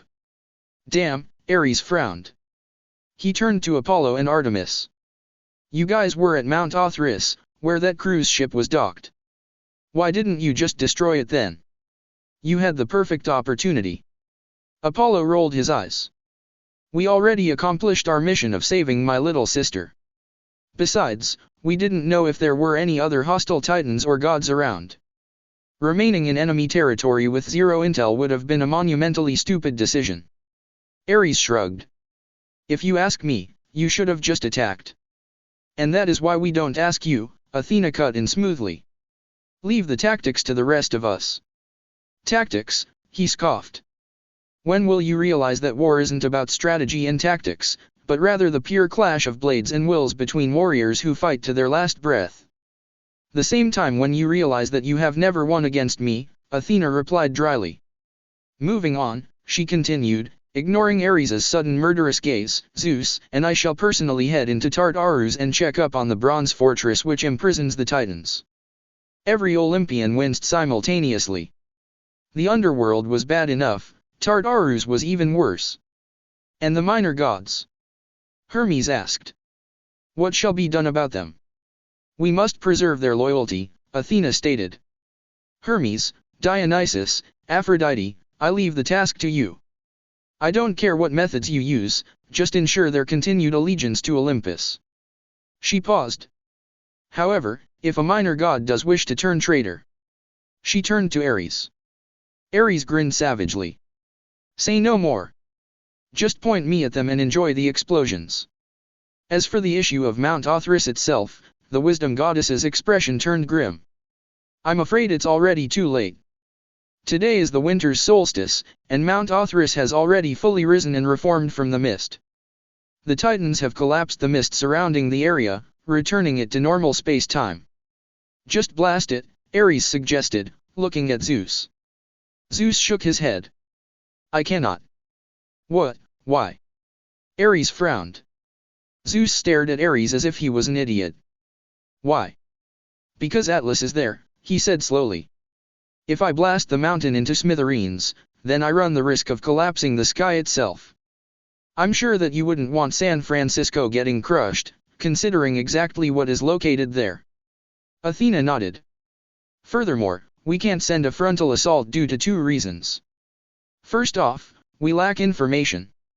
I am already collaborating with Hephaestus, the god in question inclined his head, to design surveillance automatons. Second, Mount Othrys is a foreign domain. What does that have to do with anything? Percy asked. The gods all looked at him incredulously. Annabeth slowly rested her head in her hands, mumbling something under her breath that sounded suspiciously like seaweed brain. Athena chuckled. He takes after his father, I see. Poseidon scowled at her. Percy, Annabeth mumbled through her hands. Don't you remember what Chiron said during our quest to retrieve the Master Bolt? About how no god can enter another god's territory without an invitation. Percy blinked. Oh right. His eyes widened as realization dawned.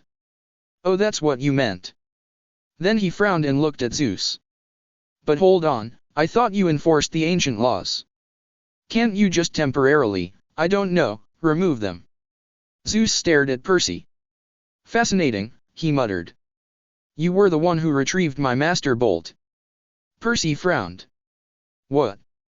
I enforce the ancient laws, true, Zeus's deep voice rumbled like thunder itself.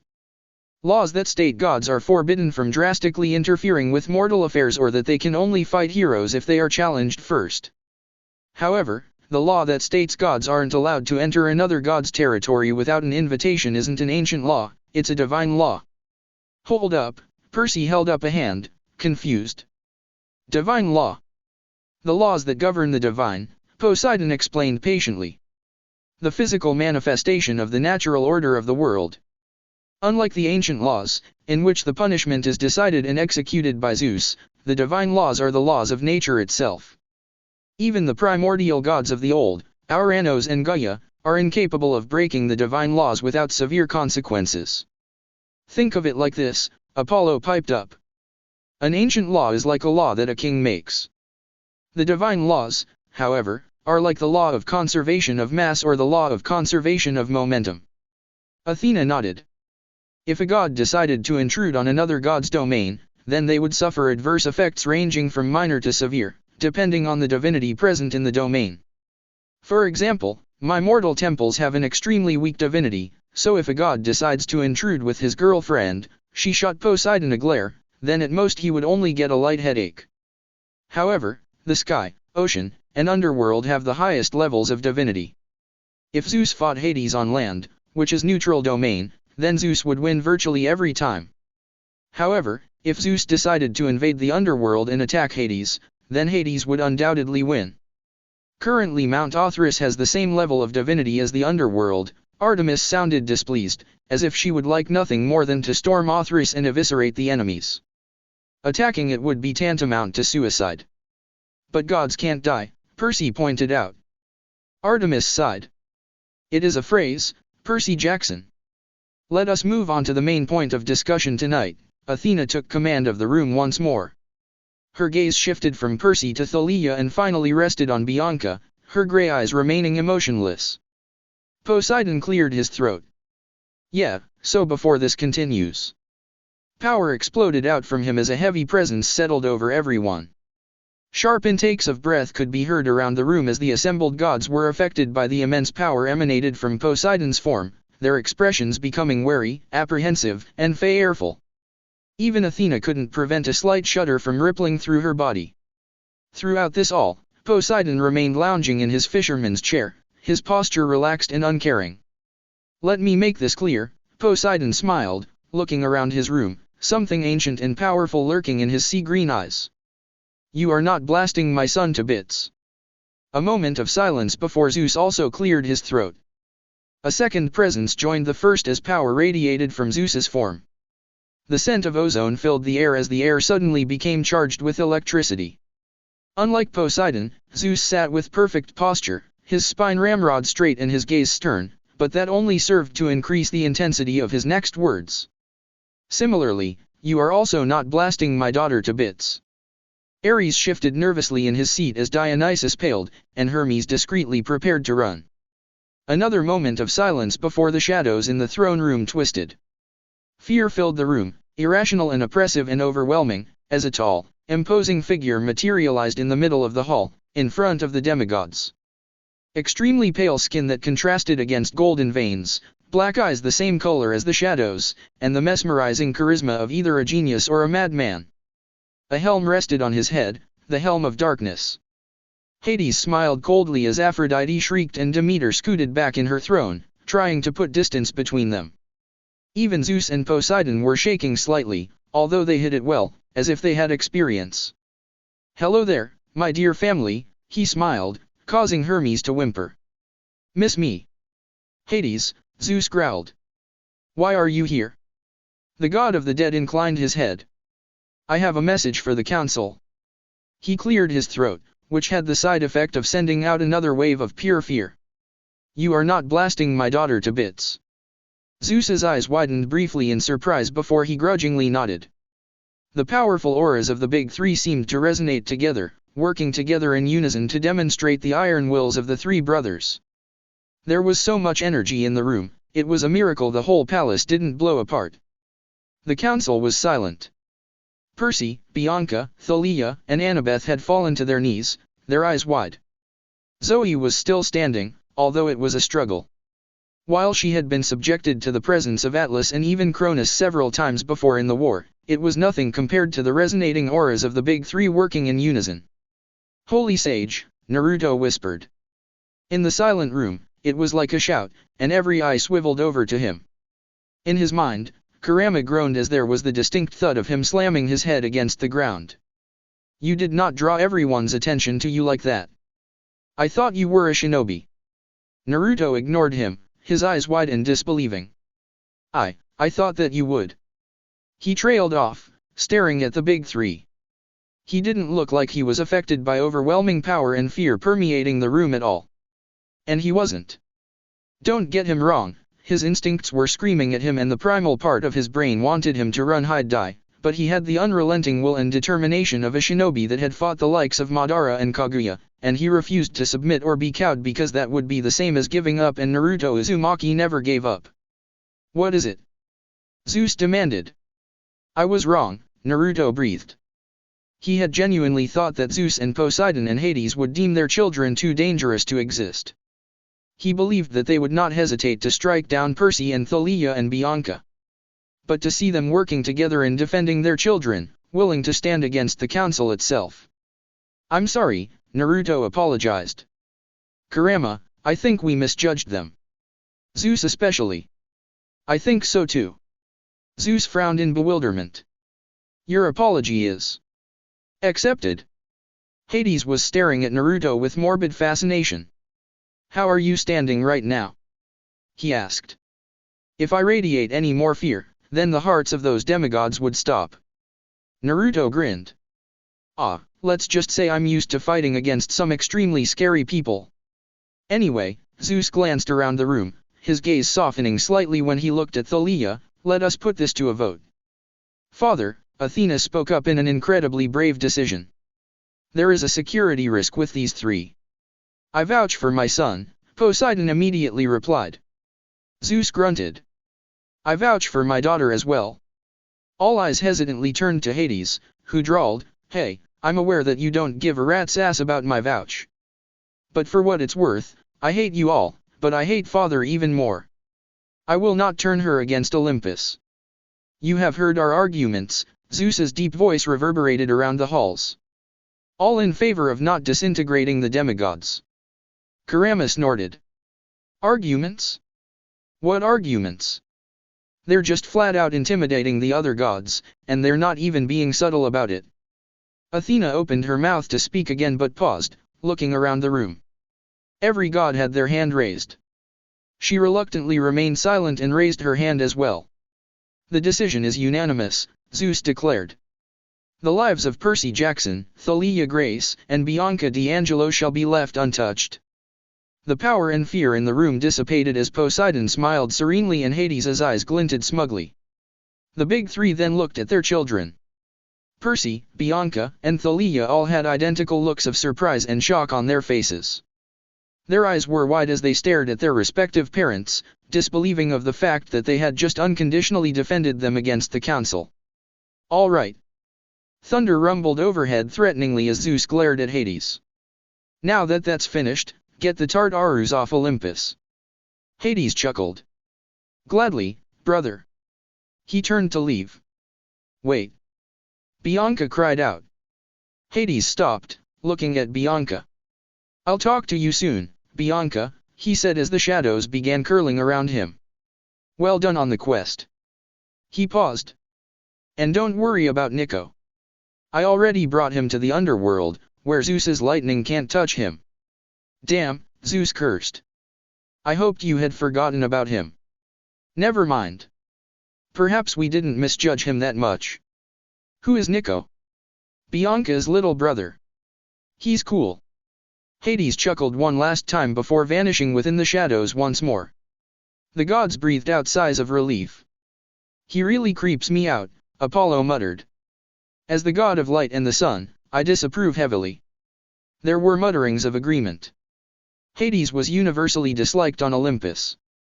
Shall we move on to the next topic then? Athena had already regained her calm composure, and her gaze was on Naruto.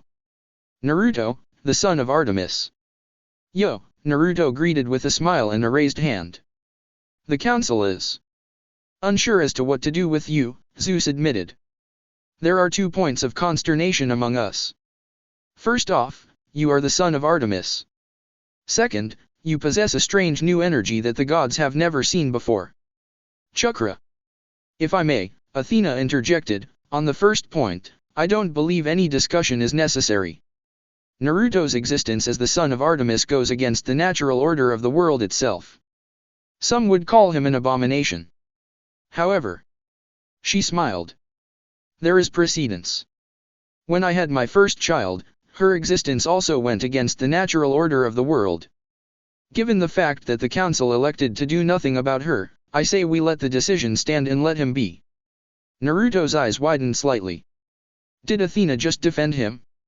Zeus stroked his beard thoughtfully. That makes sense. He turned to Artemis.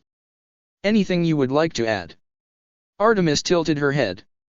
I do not believe we should punish him because I am his mother. I did not break any oaths, after all.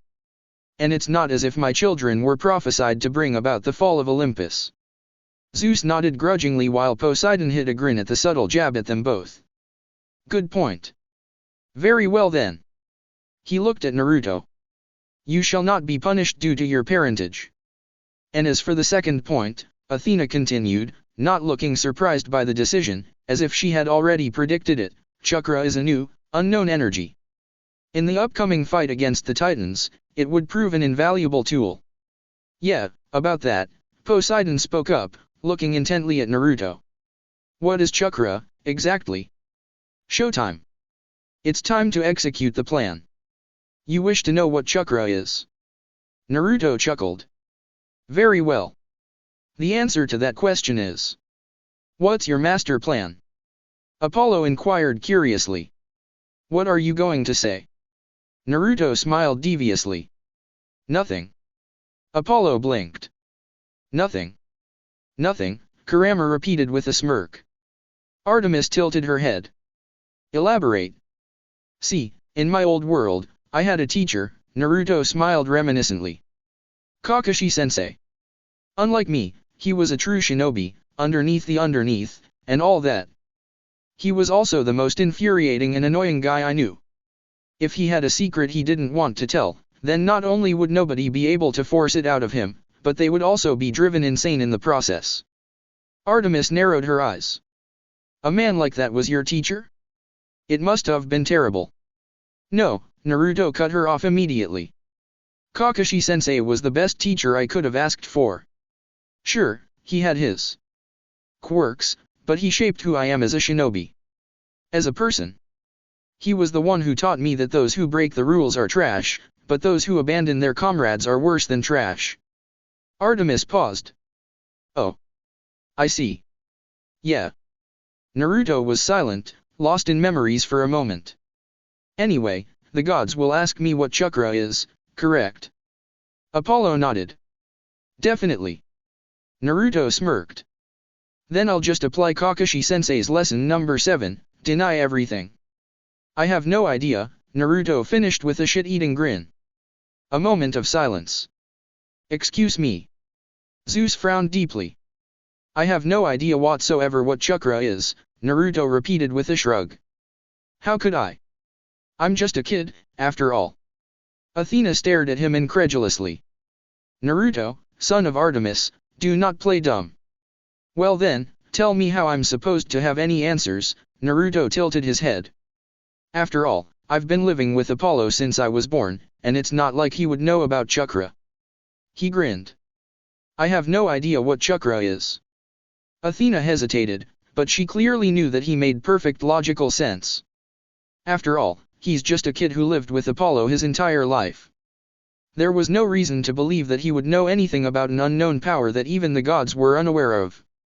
And yet, there was just something about that grin. Very well, Athena inclined her head in acceptance. Then tell me, Naruto, what do you think chakra is? Naruto raised his eyebrows minutely.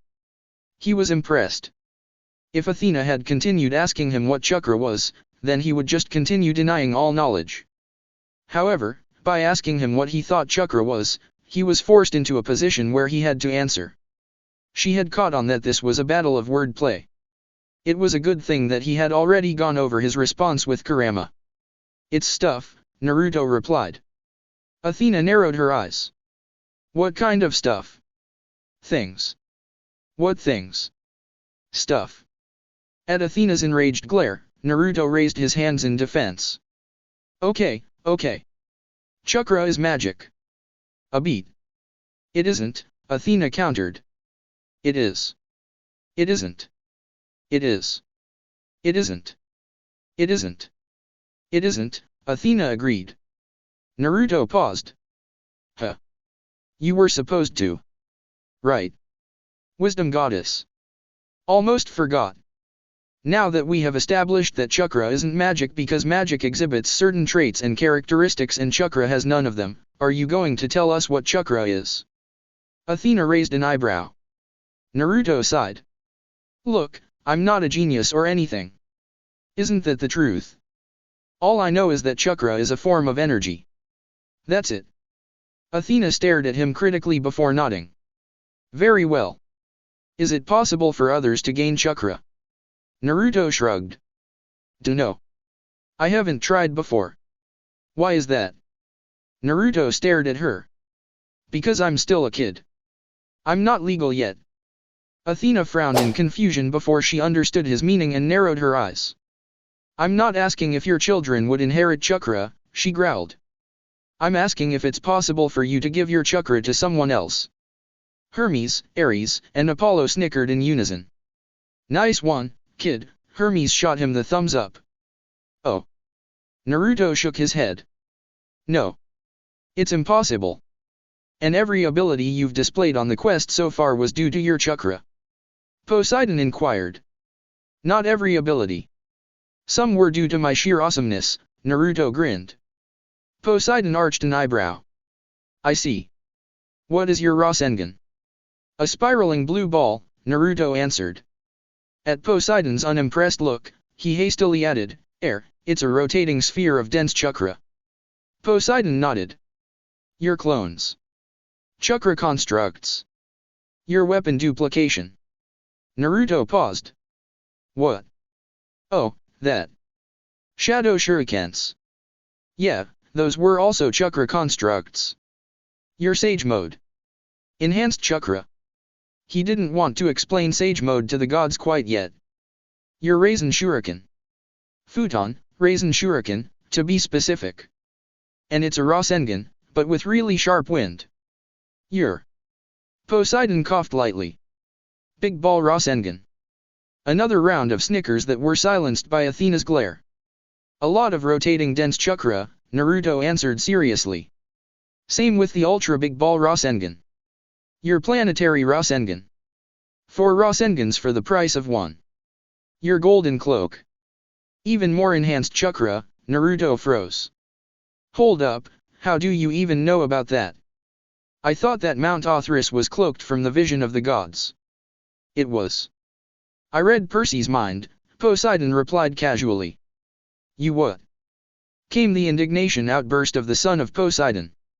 I apologize for the intrusion. Poseidon inclined his head, but it was the fastest and most efficient way to get things over with. Rest assured, I only observed your memories of the fight, nothing else. Percy blinked. Oh. Wait, if you can read minds, then why didn't Zeus just read my mind 2 years ago and see that I was innocent?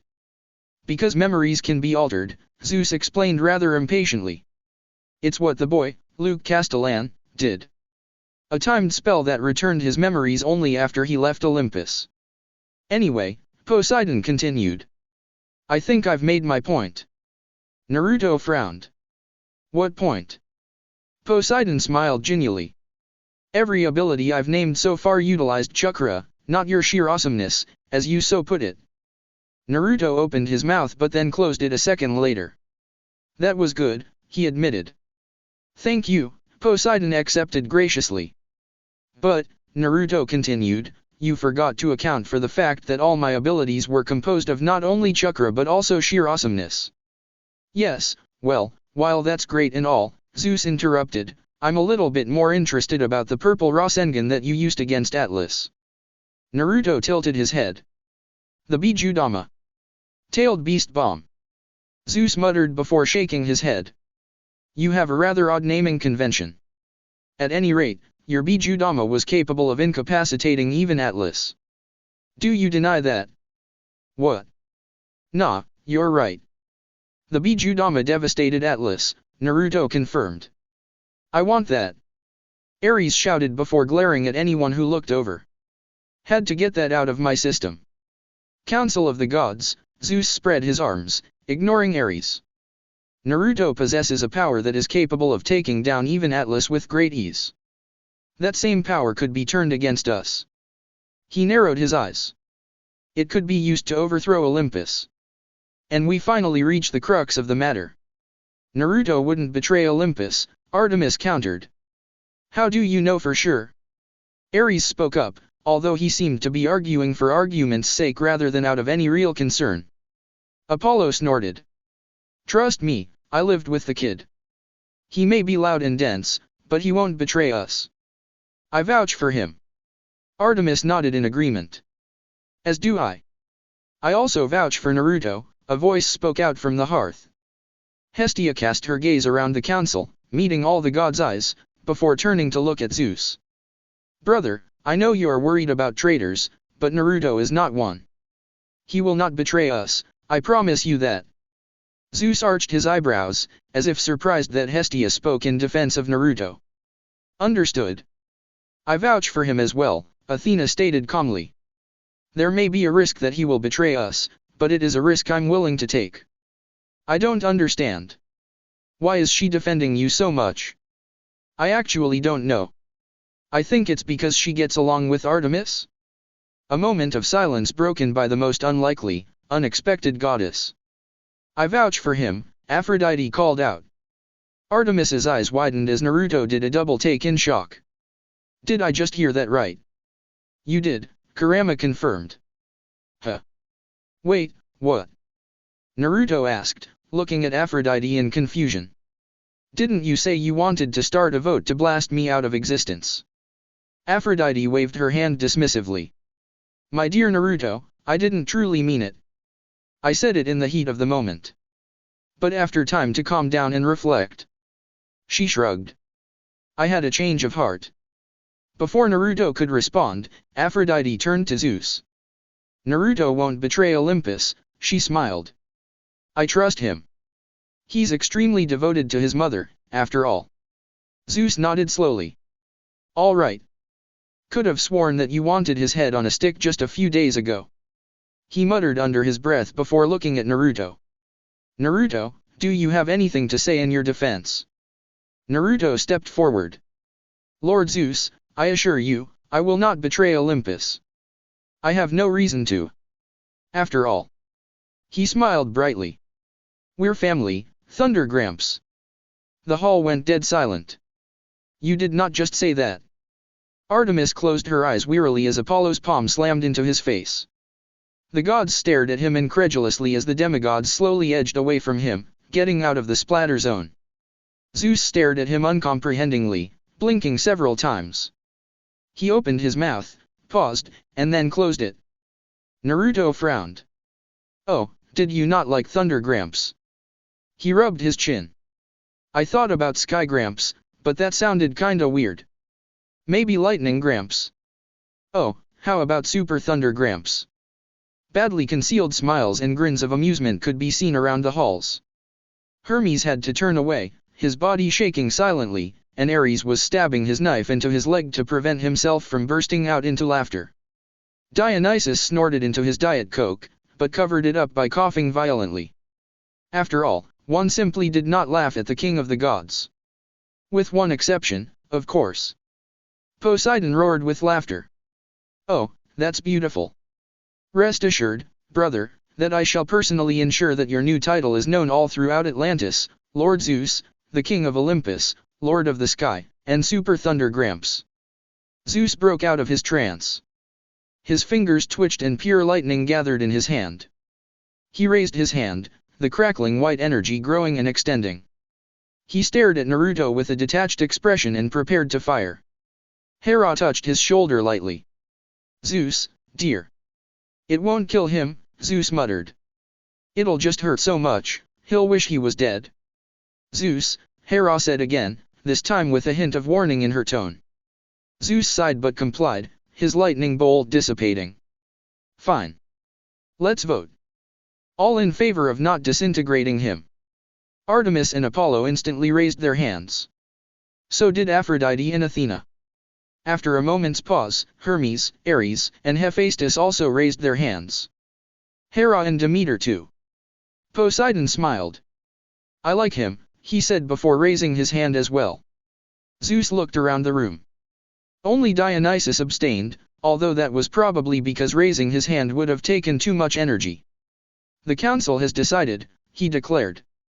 "Naruto may live, on the condition that he never refers to me as Super Thunder Gramps ever again."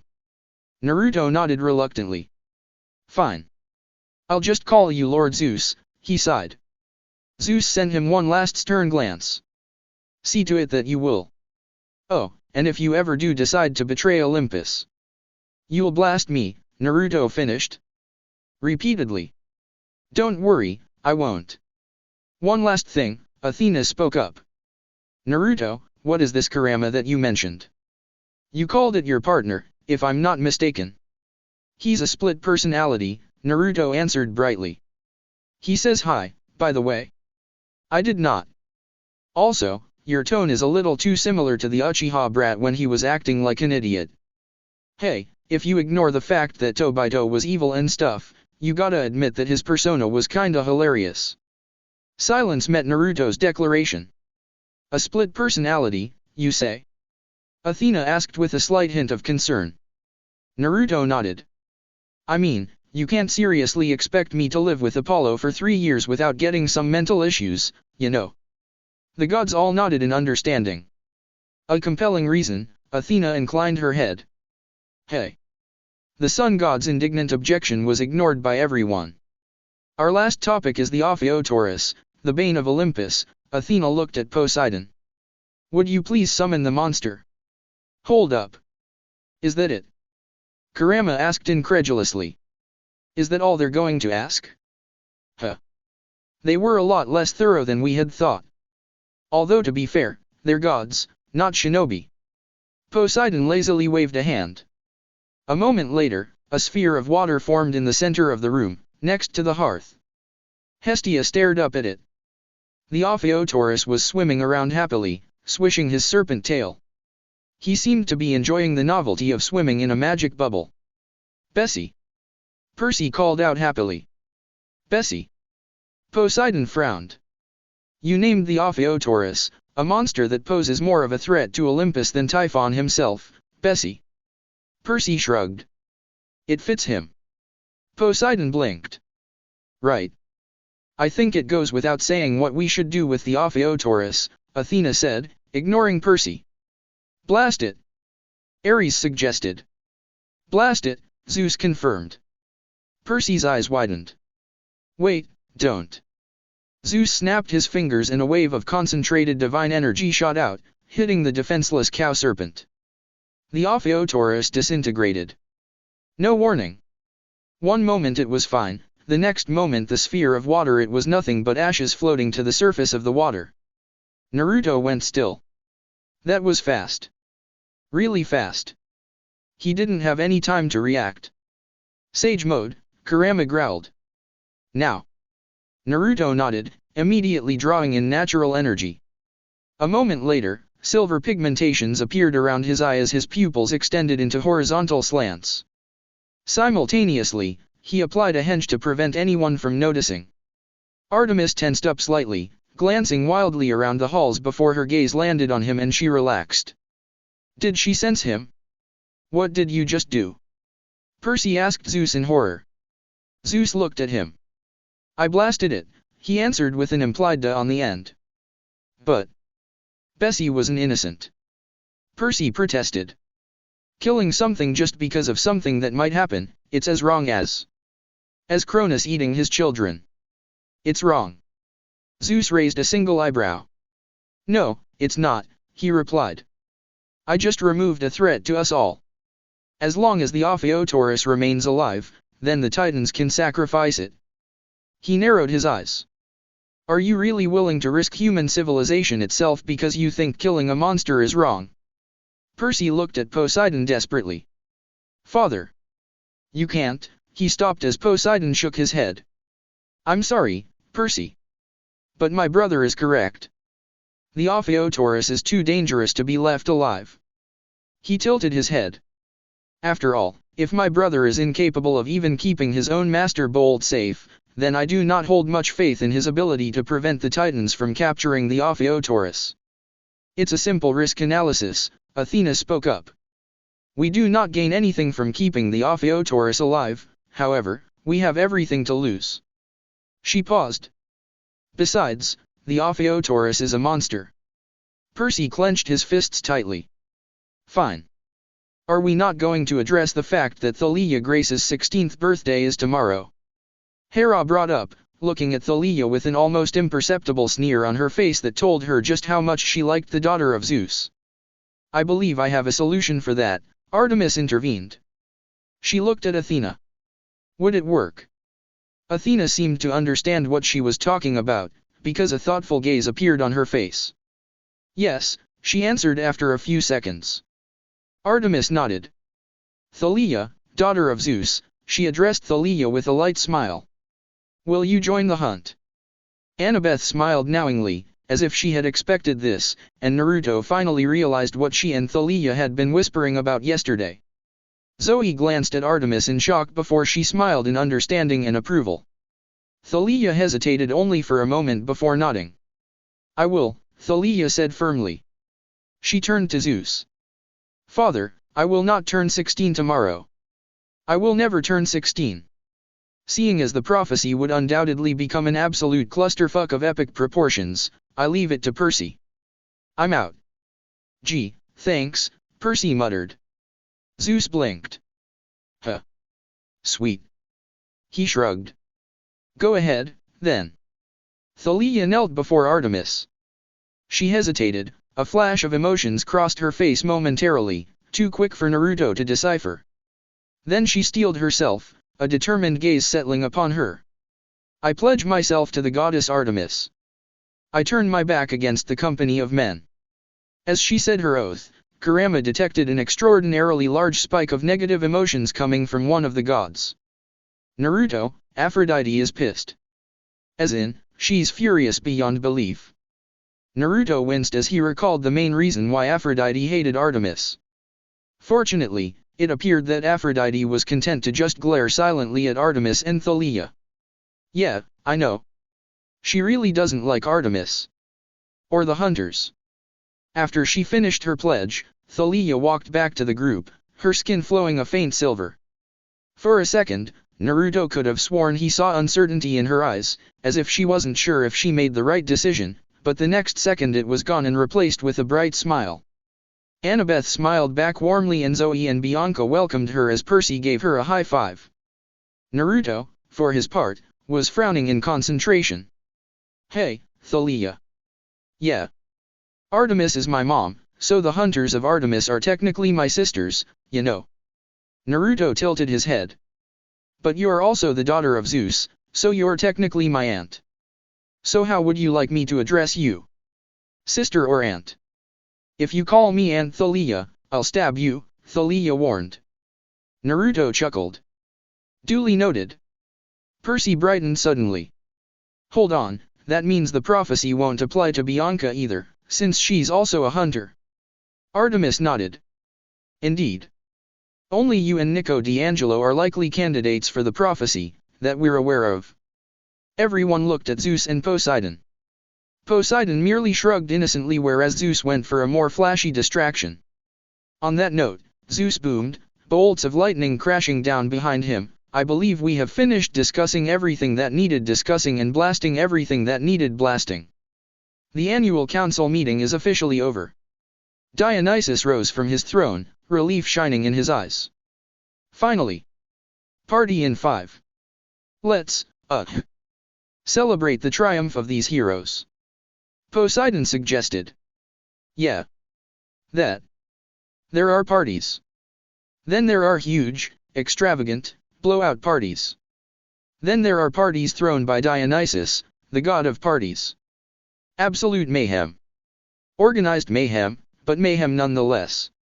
Officially, the party was a triumph celebration for the heroes who saved Artemis. Unofficially, Dionysus and the other gods just wanted to celebrate the conclusion of the widely despised annual council meeting and used the completion of the quest as an excuse. They were in the palace courtyard. The 9 muses played music on their chosen instruments. Plural. Naruto spotted one muse playing the piano, violin, and cello all at once using her mind. A joyful melody flowed over the hall. Dionysus was literally growing refreshment stands out of the ground, and a beautiful woman walked with him. He looked happy for once. Nectar and ambrosia overflowed from golden fountains, and platters of food crowded the banquet tables. Naruto eyed the food. No ramen. Whoever decided that ramen wasn't a party food should be stabbed. There were golden goblets filled with whatever drink the user desired.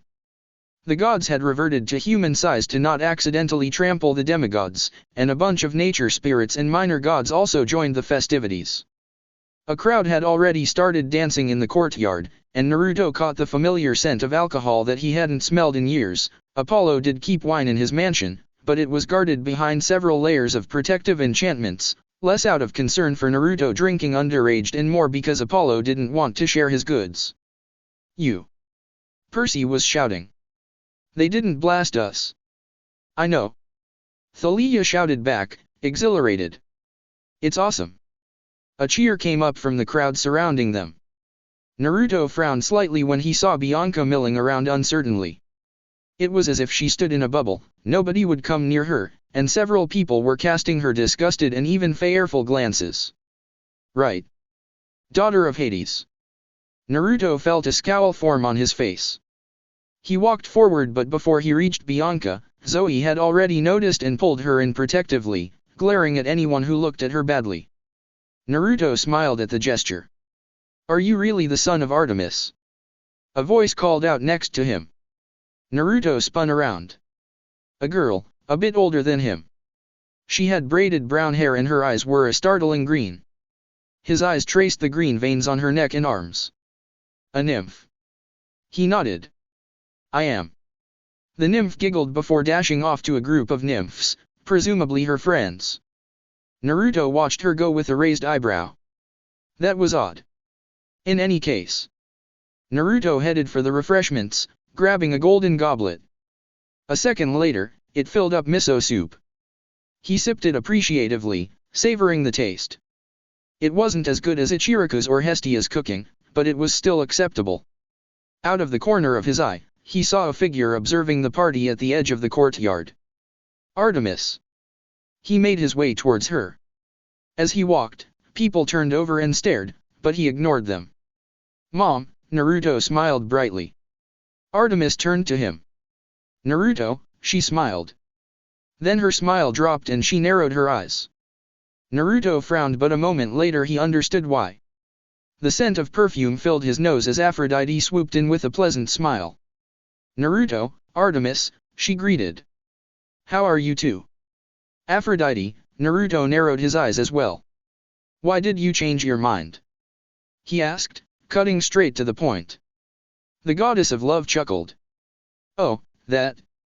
Look, Naruto, I only said that I wanted to blast you out of existence in the heat of the moment. I didn't actually mean it. I'm sure you understand, after all, you had been awfully rude and impolite to me. Besides, even you have to realize that my whole plan of manipulating the hunters and killing you was thought up in less than a minute after I discovered you.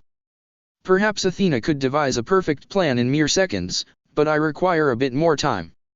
Naruto blinked slowly. So, you're not going to kill me? Or manipulate the hunters' emotions so they would hate Artemis? Of course not. Aphrodite gasped. In fact, I regret telling you my ill-thought-out plan. At the time, it seemed great, but in hindsight... She shrugged. It's too tacky.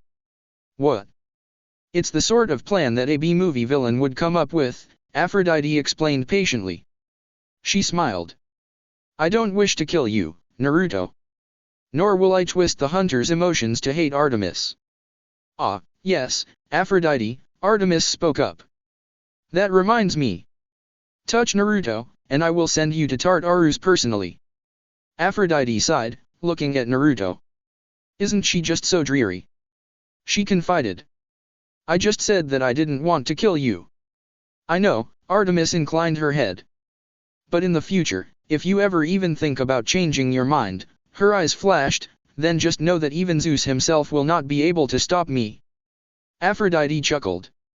Careful, Artemis. I'm starting to think that you may actually love him. She paused. As a mother, of course, she added. However, if you love him the other way, then I certainly won't judge, she winked. It would certainly explain why you stayed single all these years. Naruto choked on his spit. That's disgusting. Agreed, Artemis concurred, a similar look of disgust on her face. But, Naruto rubbed the back of his head. I admit, I may have been a little too harsh on you. I apologize for my words, and rudeness, I guess. Let's have a fresh start, he grinned at her. Aphrodite narrowed her eyes. Excuse me. Naruto paused.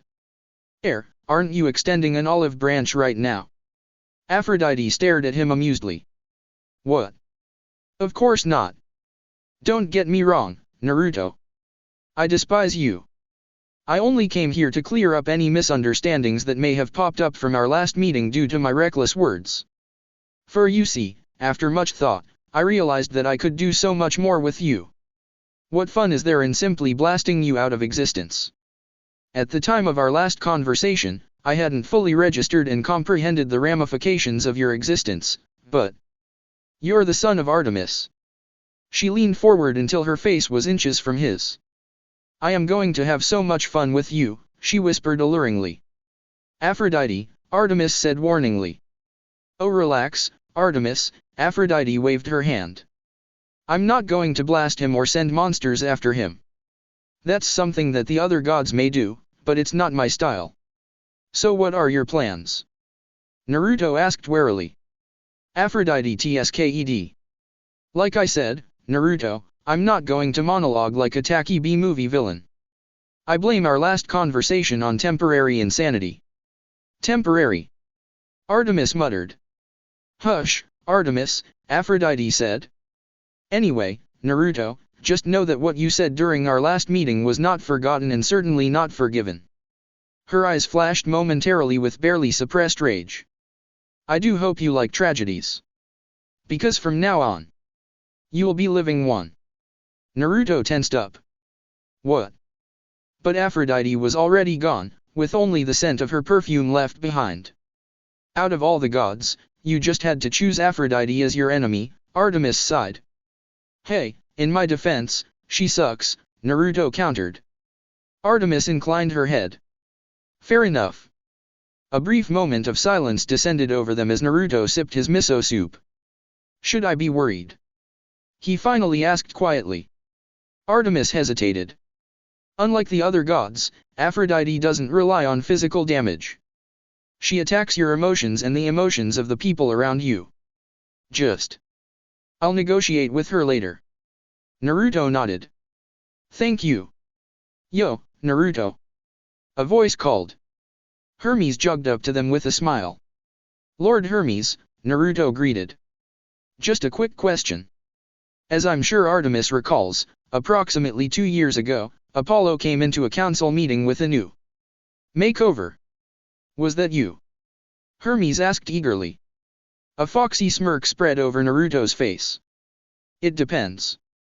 Are you here to get revenge on his behalf? Hermes grinned as well. On the contrary, I am here to shake your hand for the brilliant job you did. Artemis watched bemusedly as Hermes and Naruto shook hands, a knowing glance of mutual respect being shared between the two of them. She shuddered slightly and hoped that they wouldn't engage in a prank war against each other.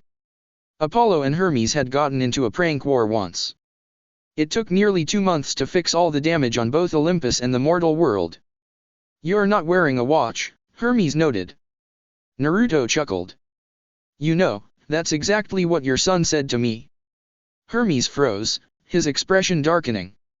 Naruto frowned at the sudden change in mood before he realized. I meant Travis, he hastily clarified. Hermes relaxed instantly, the cheer returning to his face. Ah, I see. However, keep in the mind that the difference in skill between the father and son is great. What do you mean? It means that you have a really nice pouch. Hermes smiled as he returned Naruto's kunai pouch to him. Naruto's eyes widened. Okay, that's impressive. Hermes grinned. Thank you. His phone rang. Hermes groaned. Sorry, I gotta take this. He jogged away. Naruto watched him leave. Does he even know about Luke? He asked. He does. Naruto frowned. He seems a little too cheerful for a god whose son just died. Artemis sighed. Perhaps it may seem like that now, but when we first told him the news. Well, let's just say that even Ares didn't dare make a joke. Drinking contest. Dionysus bellowed over the noise of the crowd, his voice amplified magically. Zeus versus Poseidon. Let's settle who's the best of the big three, right here, right now. A cheer went up from the crowd. Father and uncle are at it again, Athena joined them. I'm surprised you're still here, Artemis. Typically you would be in a forest by now. Artemis shrugged wordlessly. I wish to keep an eye on my hunters. And Naruto. Lady Athena, Naruto smiled. Thank you for what you did. She inclined her head. You are welcome, Naruto. From my observations, while you are undoubtedly powerful, even more so than the children of the big three themselves, you are a kind spirit at heart. Killing you would have been foolish. Besides, I do admit that I am rather curious as to what you would become. You weren't worried about me potentially betraying Olympus. Athena chuckled. Betraying Olympus would entail betraying Artemis and Apollo as well. She tilted her head. I highly doubt that would ever happen. Unlike the children of the big three, there isn't anything the Titan Lord can use against you. True, Naruto agreed. You know, Atlas tried to convince me to join by promising me that the Titans would create a better world. He snorted. I mean, if he was going to lie, he should have at least come up with a more believable lie. Indeed. Athena looked at him. In the upcoming war against the Titans, we will need a trump card. That trump card could very well be you. Keep on training and growing strong. I will, Naruto promised. Good. Athena turned to leave but then paused. Oh, and by the way. I saw Aphrodite speak to you a few moments ago. Am I correct in assuming that she heavily dislikes you? Naruto's face darkened. Yeah. She promised to make my life a tragedy. Athena nodded. While I cannot do anything to stop her, I can give you some advice. As you know, a god has absolute control over their domain, with one exception. Another god of the same domain is able to negate and even override their control. It's the reason why Oceanus is capable of preventing Poseidon from sinking the Princess Andromeda. I'm sure you can see where I'm going with this. Naruto frowned in thought. Not really. Athena sighed. Who is the other god of love, Naruto? Naruto's eyes widened in revelation. Eros, he breathed. Athena smiled. Correct. Seek out Eros, gain his favor, and perhaps you can mitigate the damage Aphrodite wishes to inflict. Naruto nodded determinedly. Got it. Thanks, Athena, he grinned. No problem. Poseidon wins. Dionysus declared. In an amazing display of his guts' ability to retain liquid, he has narrowly defeated Zeus. Give it up for the god of seas, everyone. Another cheer went up. Ha! In your face, Zeus. My dad is infinitely better than you. Instantly, the crowd grew quiet at Percy's words. Naruto face-palmed. Everyone slowly edged away from the son of Poseidon until a circle formed around him. What did you say? Zeus said dangerously, a golden flush across his face from all the wine. Arcs of electricity leaped from his fingers. The crowd parted before Zeus, forming a path as he walked forward. He stumbled several times and was incapable of maintaining a straight line, but soon, he was a few feet in front of Percy, towering over the demigod. Percy, for his part, had paled drastically. Nothing. Zeus narrowed his eyes, pointing a shaking finger at Percy's face. White energy crackled at the tip, and Percy went still, his hand drifting to his pocket. Watch yourself, son of Poseidon, he growled. Athena sighed. I should go, she gestured at the scene. Are you going to convince Zeus to not blast Percy? Naruto questioned. Athena looked at him, amused. The opposite, actually. I'm going to convince Zeus to blast Percy. Naruto tensed up. What? Athena smiled. Kidding. Although I do need to warn Percy Jackson to stay away from my daughter. She left, walking towards Zeus, who was still delivering threats to Percy. Go on, father. Blast Peter Johnson. Dionysus cheered Zeus on. Fortunately, Athena was able to pacify the king of Olympus. Zeus nodded reluctantly before walking away, sending one last glare at Percy. Poseidon, for his part, had observed the proceedings with an amused smile. Percy looked relieved, until Athena started talking to him. Then he paled even more. Naruto made his way back into the throne room. He was looking for someone, and she wasn't at the party. He smiled when he saw a familiar figure still tending to the hearth in the middle of the hall.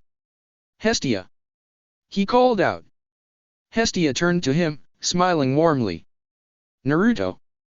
How are you? Happy, Naruto answered with a grin as he approached her. Euphoric, even. I saved Artemis, all my friends and family are well, and the council didn't blast me. Hestia nodded. That is good. Then she narrowed her eyes. However, you broke your promise. Naruto froze. What? You promised to stay alive. There was a moment of silence. Can you take us to somewhere more discreet? Naruto asked, looking around just in case someone was listening in. Hestia nodded. Very well. She waved her hand and suddenly they were back in Apollo's mansion. You died, Naruto, she said simply without any doubt. How do you know? Naruto asked cautiously. Before you left, I set up a link between us, Hestia said. It's similar to an empathy link. I felt you die. But you're here right now, alive. How? Naruto paused before coming to a decision. To understand that, we have to go back to the very beginning, introductions. Hestia tilted her head. What do you mean? Naruto grinned. My name is Naruto Uzumaki. And I'm not from this dimension. Incompetent fools, a disembodied voice hissed with fury. Prometheus knelt, bowing his head. Apologies, my lord. How is it even possible for you all to fail so badly? The Titan Lord seethed in rage. Artemis was captured and the children of the Big Three were right here, on this very mountain. Everything was set up perfectly. And you blew it. If I may, my lord, Prometheus began, all of our failures can be tied back to a single source, Naruto. The voice grew still. Ah, yes. The son of Artemis who defeated Atlas and defied death itself. The wielder of the unknown power chakra. What shall we do with him? Prometheus inquired. Should we attempt to recruit him? No. Kill him, the Titan Lord said simply. Prometheus inclined his head. Very well. I shall leave that job up to our guest then. A figure hidden in the shadows of the room looked up in interest. Up until then, he appeared to have been dozing off, but when Prometheus mentioned him, his stance instantly became alert. Kill the son of Artemis? The figure asked. Sure thing. I had been planning on doing that anyway. Prometheus grunted. Where were you, anyway? After you silenced the Manticore, why didn't you immediately return to Othris? If you were here, then we may have been able to win. The man chuckled. Doubt it. And to answer your question, after I killed the Manticore, I left the city because I sensed Apollo arriving. I didn't want to risk him discovering my presence. Besides, I didn't think you guys would actually fail that badly. Anyway, I'll go gather some information. See ya.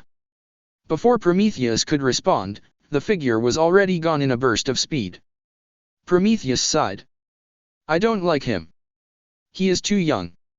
Perhaps, but he is powerful. Hopefully, he'll be powerful enough to take down the son of Artemis. Prometheus nodded. Hopefully. Now then, the voice continued. We already set up the ritual to transfer domains, and it is currently the winter solstice. It would be a shame to let all our preparations go to waste. After that, let's finalize our plans on the breakout. It's about time we liberated my brothers from their prisons in Tartarus, wouldn't you say? Let me go. Nico thrashed wildly in his chains, but he was unable to break free. A monster leered at him. It had leathery wings, claws, and glowing eyes. When Nico had been walking to the dinner pavilion, a large fissure formed underneath his feet and he dropped through, coming face to face with this monster. It then proceeded to tie him up and drop him into a cell with no openings. Hush, child, the monster said. My lord shall be back soon. Someone. Help. Percy. Naruto. Bianca. The monster sighed before her form shifted, becoming a human female. Nico froze. Hey, weren't you the lawyer that got us out of the Lotus Casino? She was, a new voice said as a man walked through the solid wall and entered the cell. Alecto, why is he in a cell? And in chains. He tried to kill me, the Fury grumbled. Then he tried to escape. The man sighed before snapping his fingers. Nico suddenly found himself in a grand hall, no longer in chains. The man sat in a throne, looking down at him amusedly. Who are you? Nico demanded. I am Hades. I am your father, Hades smiled at Nico's shocked look. Oh, and before anything else, I should mention. To keep you safe, you'll be staying in the underworld until your 16th birthday, and you're banned from leaving the underworld. Do you have any questions? Nico only screamed. That's it for part 6. Thank you for watching and see you on the next video.